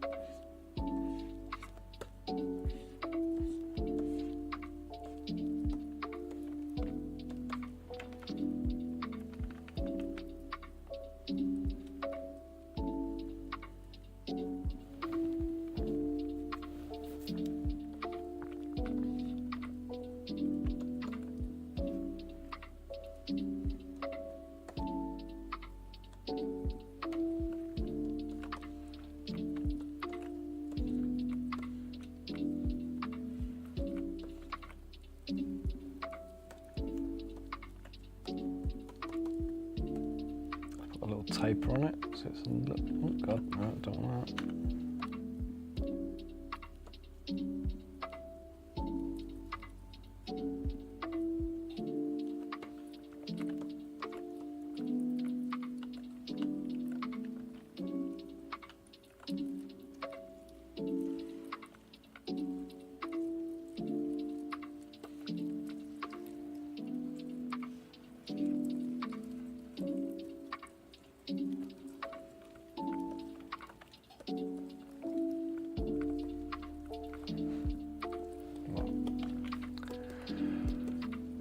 Let's pop this in place.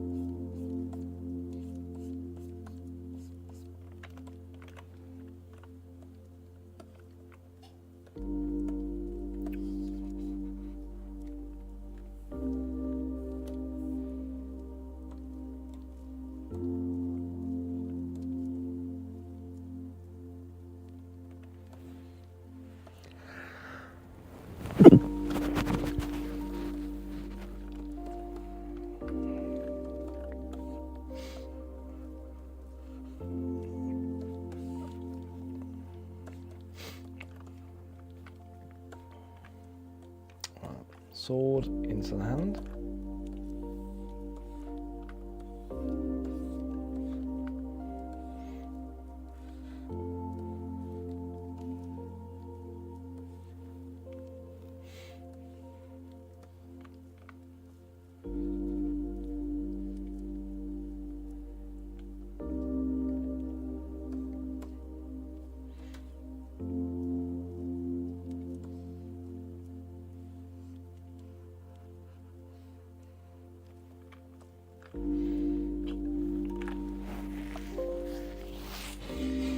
Now, one of my favourite things to do, hand posing. That is sarcasm. I detest posing hands.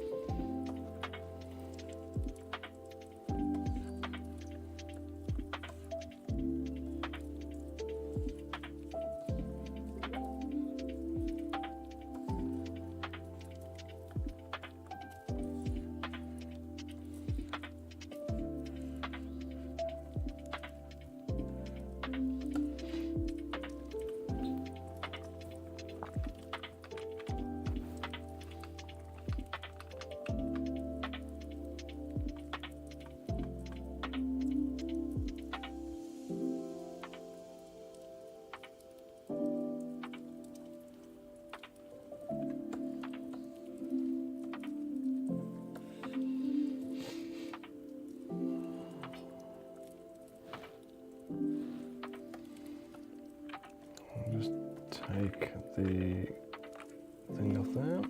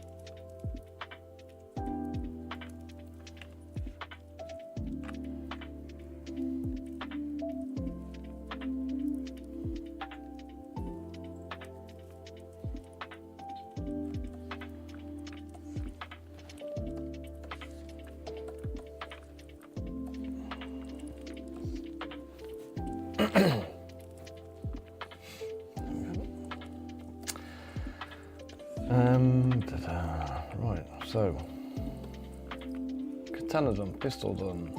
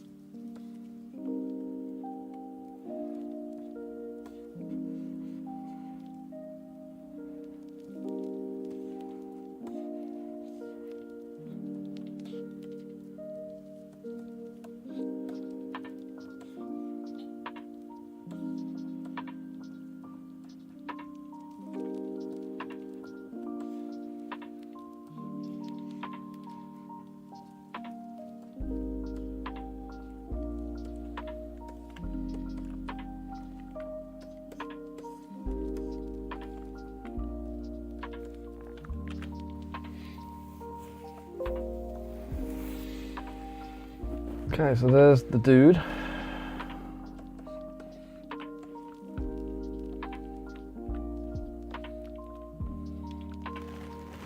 Now I need to turn on his base on the ruler. It's going to merge everything together, do merge visible.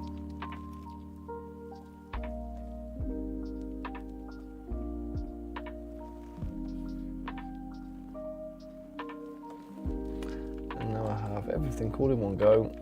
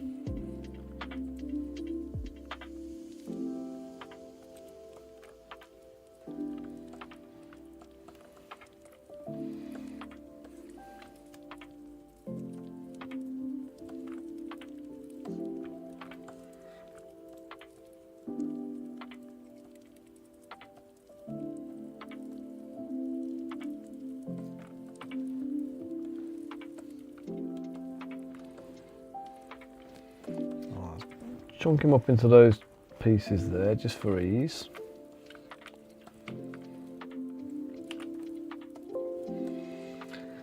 And then pose-wise, we're going dynamic, so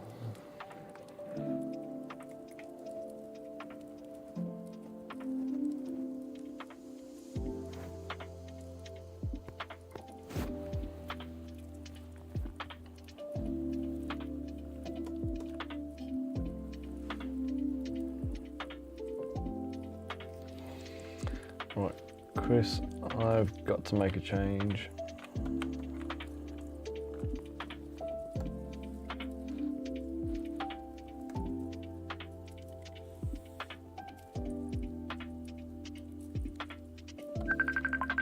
It's better.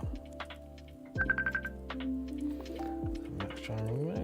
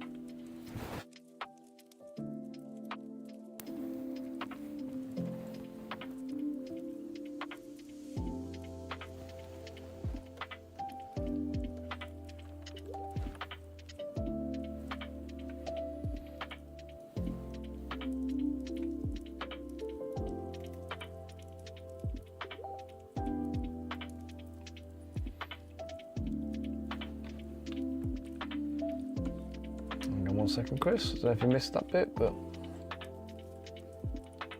there we go.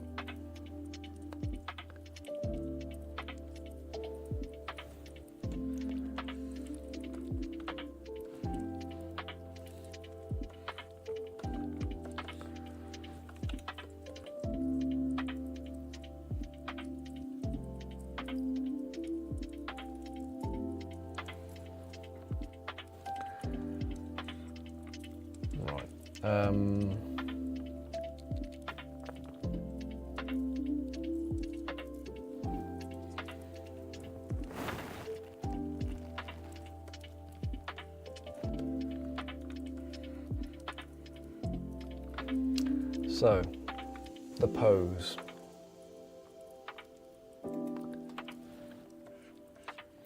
I'll work within the confines of this base.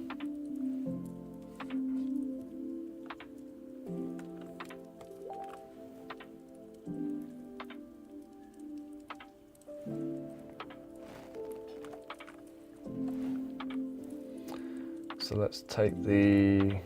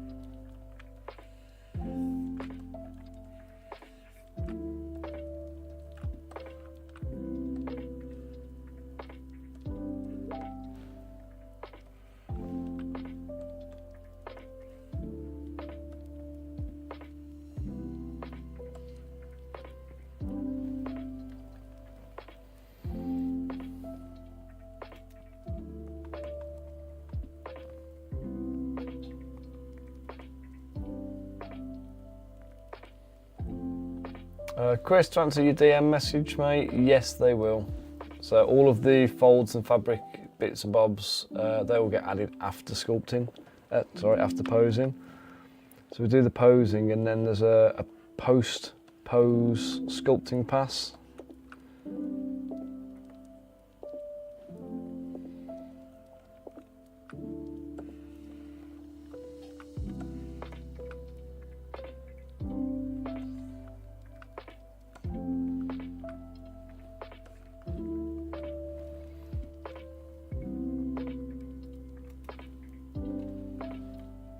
Yeah, after posing, mate.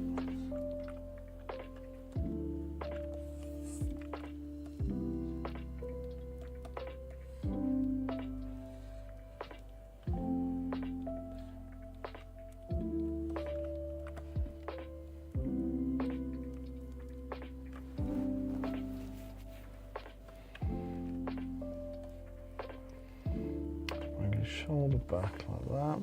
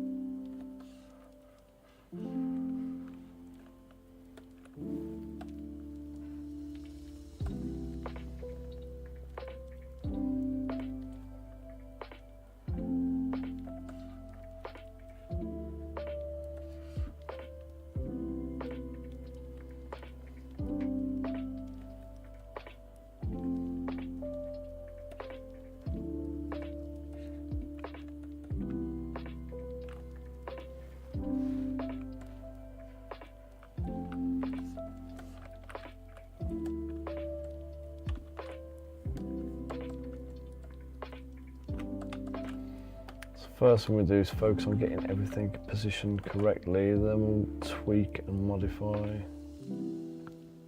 anatomy and whatnot so it fits and works.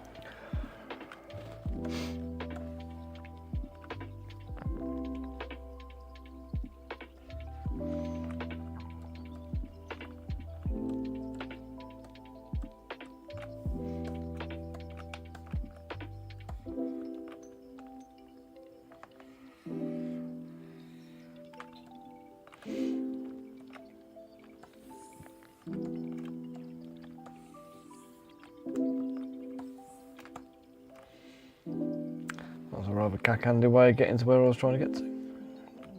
But we're there now.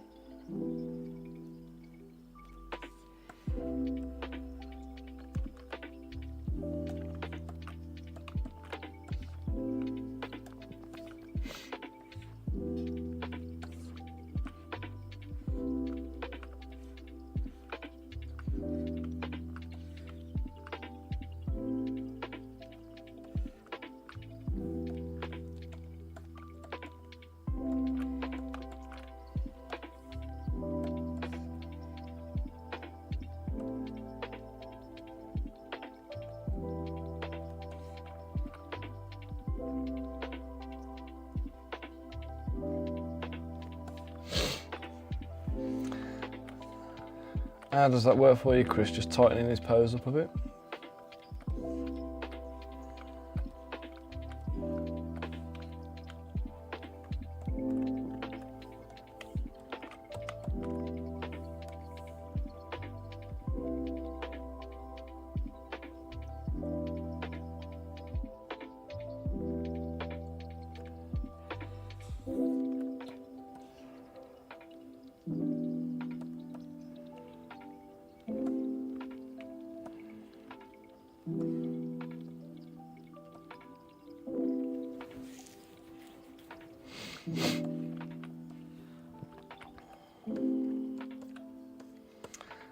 Okay, so the final bit.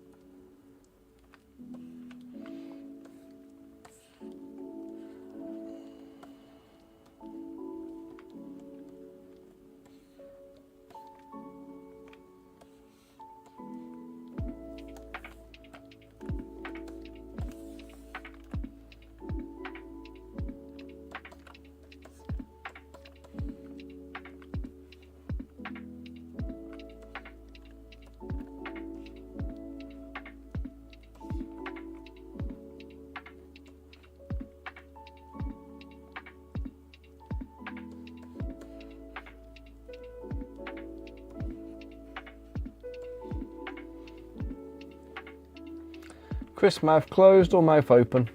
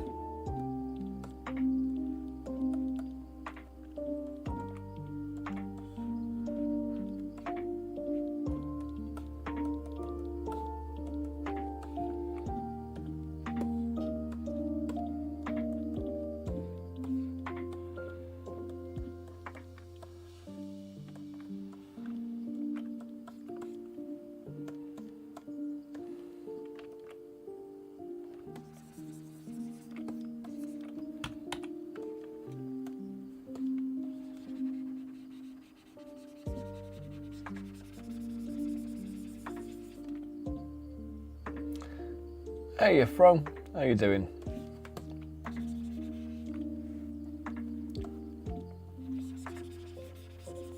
Do hope you're keeping well today. You're just coming in on the tail end of me sculpting this Japanese captain for Fireteam Zero. Done all the sculpting work now. I'm just finishing up the posing, giving him a nice dynamic pose.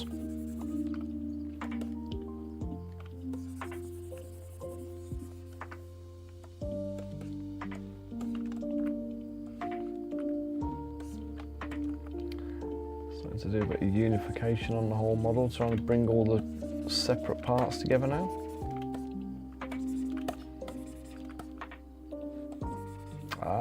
That's why you're here. Fireteam Zero fan. Well, we've got Chris on the chat at the moment as well. So Chris is SBG Editions. Chris is the chap who has acquired Fireteam Zero and is bringing it back to life again. I say bringing it back to life, I'm assuming it never really died, but giving it a new lease of life with a new launch, new miniatures, etc.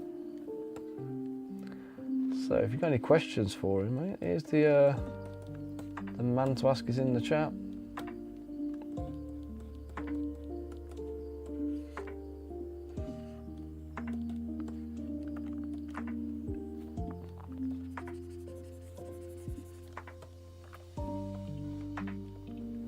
Oh, fair enough then.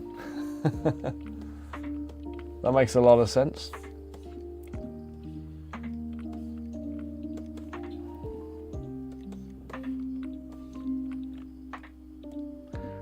Merge the dude's legs together and his arms. Let's do all of the material.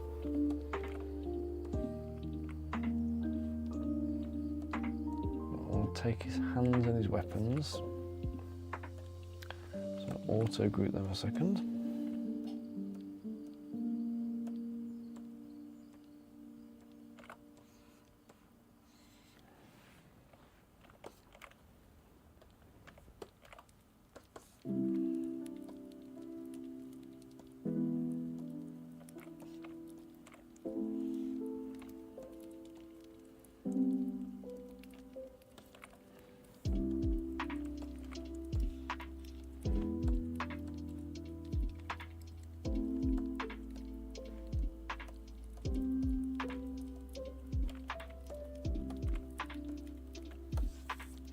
That was a really cack-handed way of getting to what I wanted to do, but got there in the end. Let's do the... So what I'm doing at the moment, I'm just merging together all of the bits that need to be together.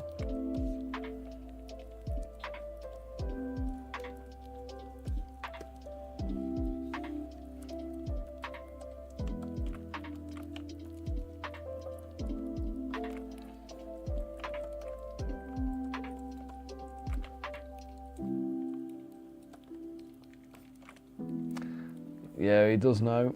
He knows his stuff as Chris.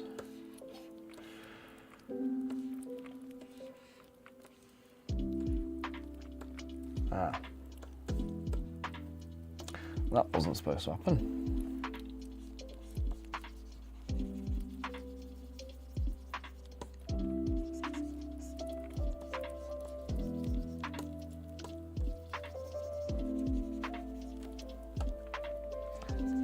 Deformation going on there. Let's just fix that. Polish it back in.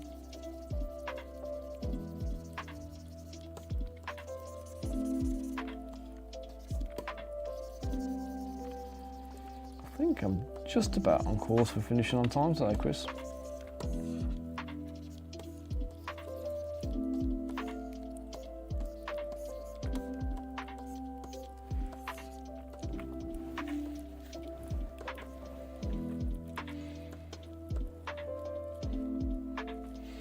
Right, now, with all the various things grouped together as they need to be, let's undo my masking. Something wrong with his head. Could be his body, actually.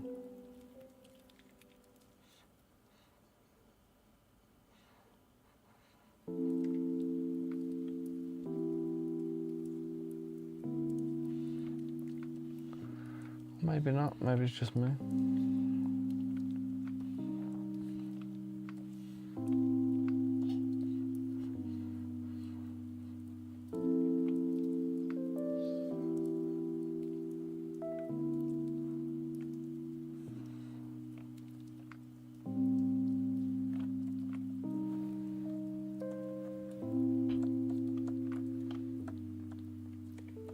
Like this arm. Something wrong with that arm.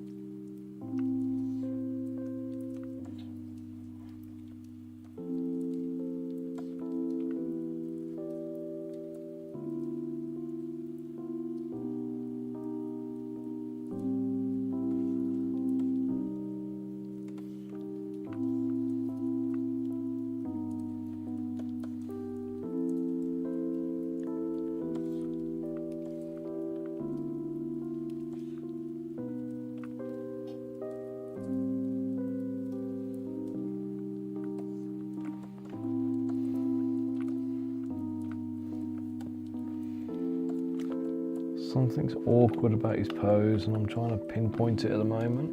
I think it's this leg.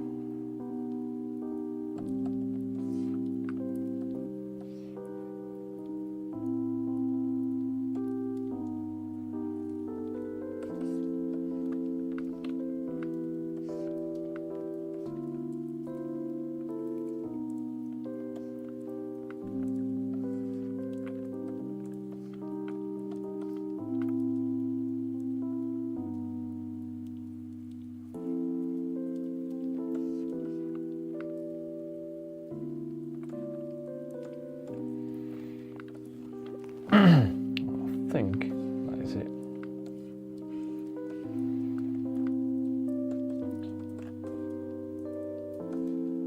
Okay, let's call that done.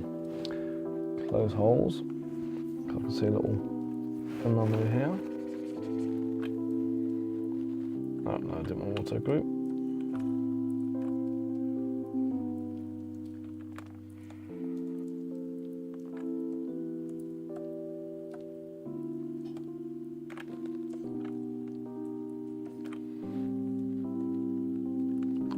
There you go. Group mask.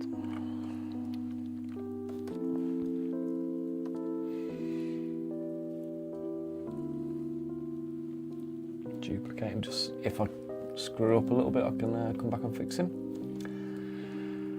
We're going to go for groups 1200 Dynamish.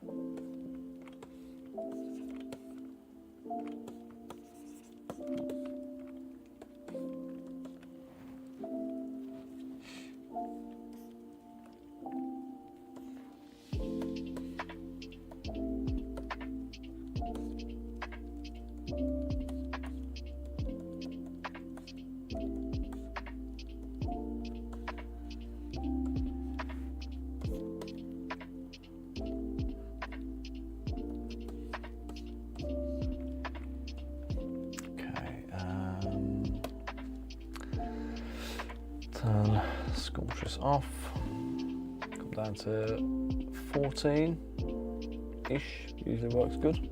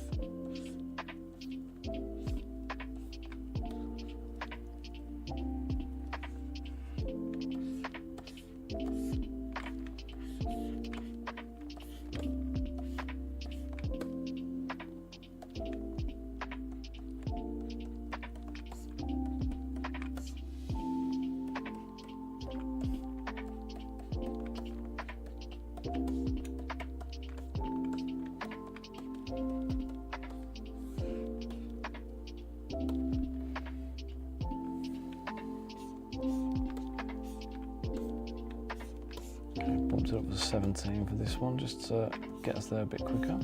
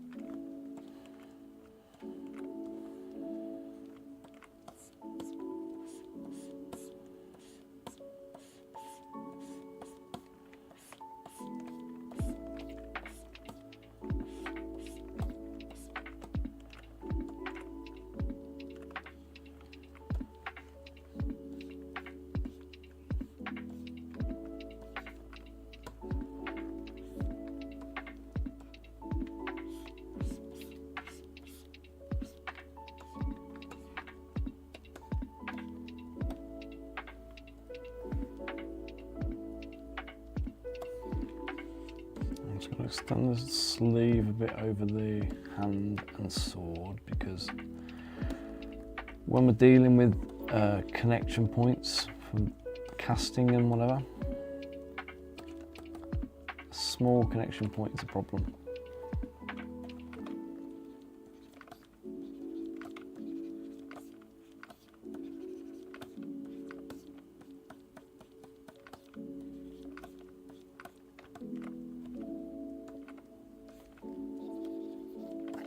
What I'll do is I'm just going to give this a good smooth over to get rid of all of the joints.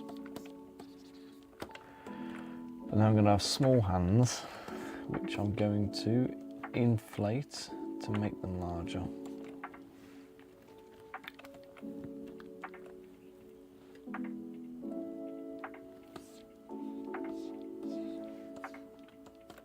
There we go.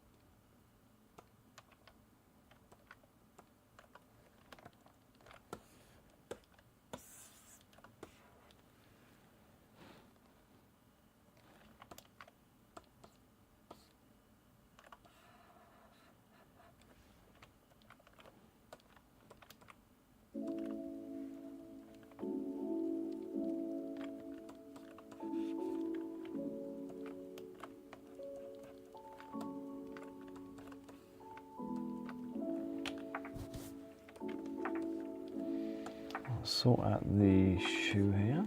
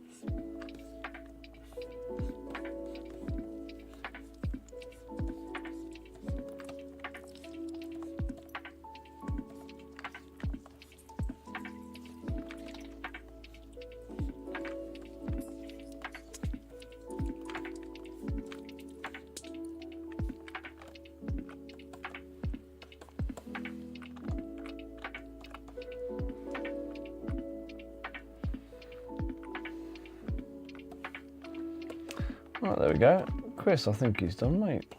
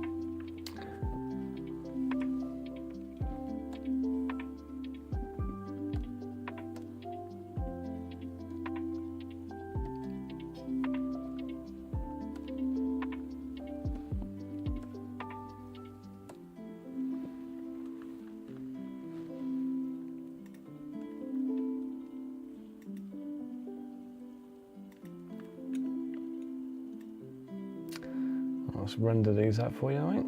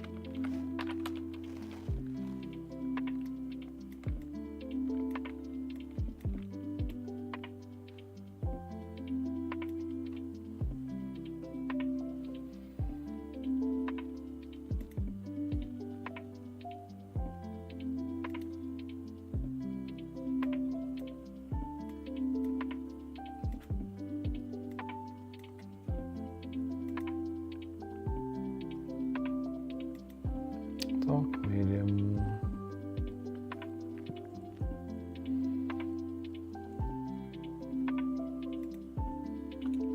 Oh, that was a bit weird.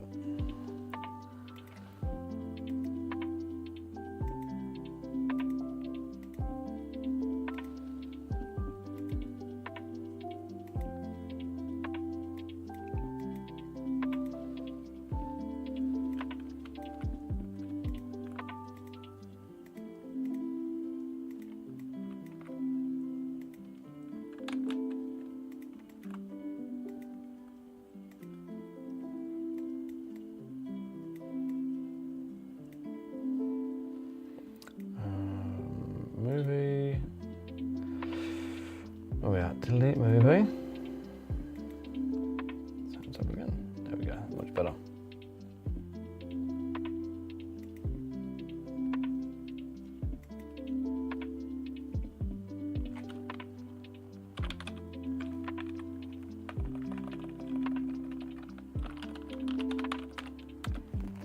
There you go, mate. Right, guys, we are done and done on that one. I was going to prepare the actual file, so we're just going to duplicate.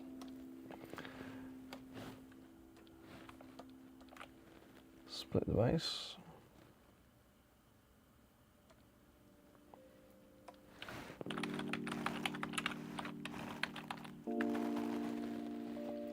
Going to merge, dynamesh everything together, turn groups off, dynamesh him at the current resolution.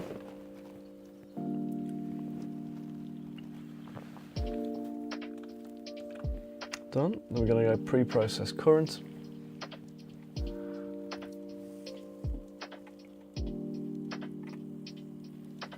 It can take a minute or two sometimes, but generally quite quick. And then we just go decimate, bring this down to 239,000 polys, which is more acceptable. And then we get the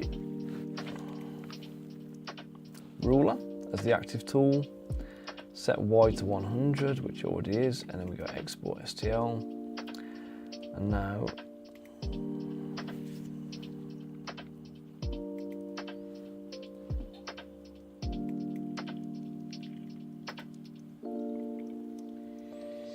there we go, Chris, exported in a file for you, ready for you to do a test print. Right then guys, thank you all for joining me. Thanks for keeping me company today. As I said earlier, normally I stream for a little bit longer and I'd jump onto something else about now, but I've got an estate agent coming to have a little nosy around my house and give us a valuation, so I need to get off and make the place look a little bit presentable before he turns up. So I'm going to kill it here. We'll finish the stream here and I'll be back hopefully next week with another one. I've got some new Patreon developments coming up. So we're about to, me and Max are about to relaunch a Patreon, basically pushing on and developing Crystal Collapse, which is our game, and also another game which uses the existing miniature range that I've got, which we're calling War Commander at the moment, but we're going to change the name of that very shortly. We're going to have a little bit of a brain dump on it and try and think of a better name. But yeah, proper tabletop war game type thing. And I've just done a faction of samurai, like elven samurai for it. We've done the first few models, which are part of this month's releases. They're going to be available tomorrow on there. I'm just going to do a bit of a rehash on the page and update the actual page content and the structure and stuff. And then yeah, if you follow us on Facebook or YouTube or anywhere else, we'll be putting updates out over the next day or two with all of the links, so you can go and grab some nice elven samurai. You can get some free rules to play the game, and we've got a welcome pack full of goodies for you as well. So yeah, follow us and keep posted on the progress. And yeah, I've got a Crystal Collapse character sculpt also coming out this month, which I will do on stream next week. So follow along, keep posted, and I'll see you all soon. Thanks again for joining us. Take care all.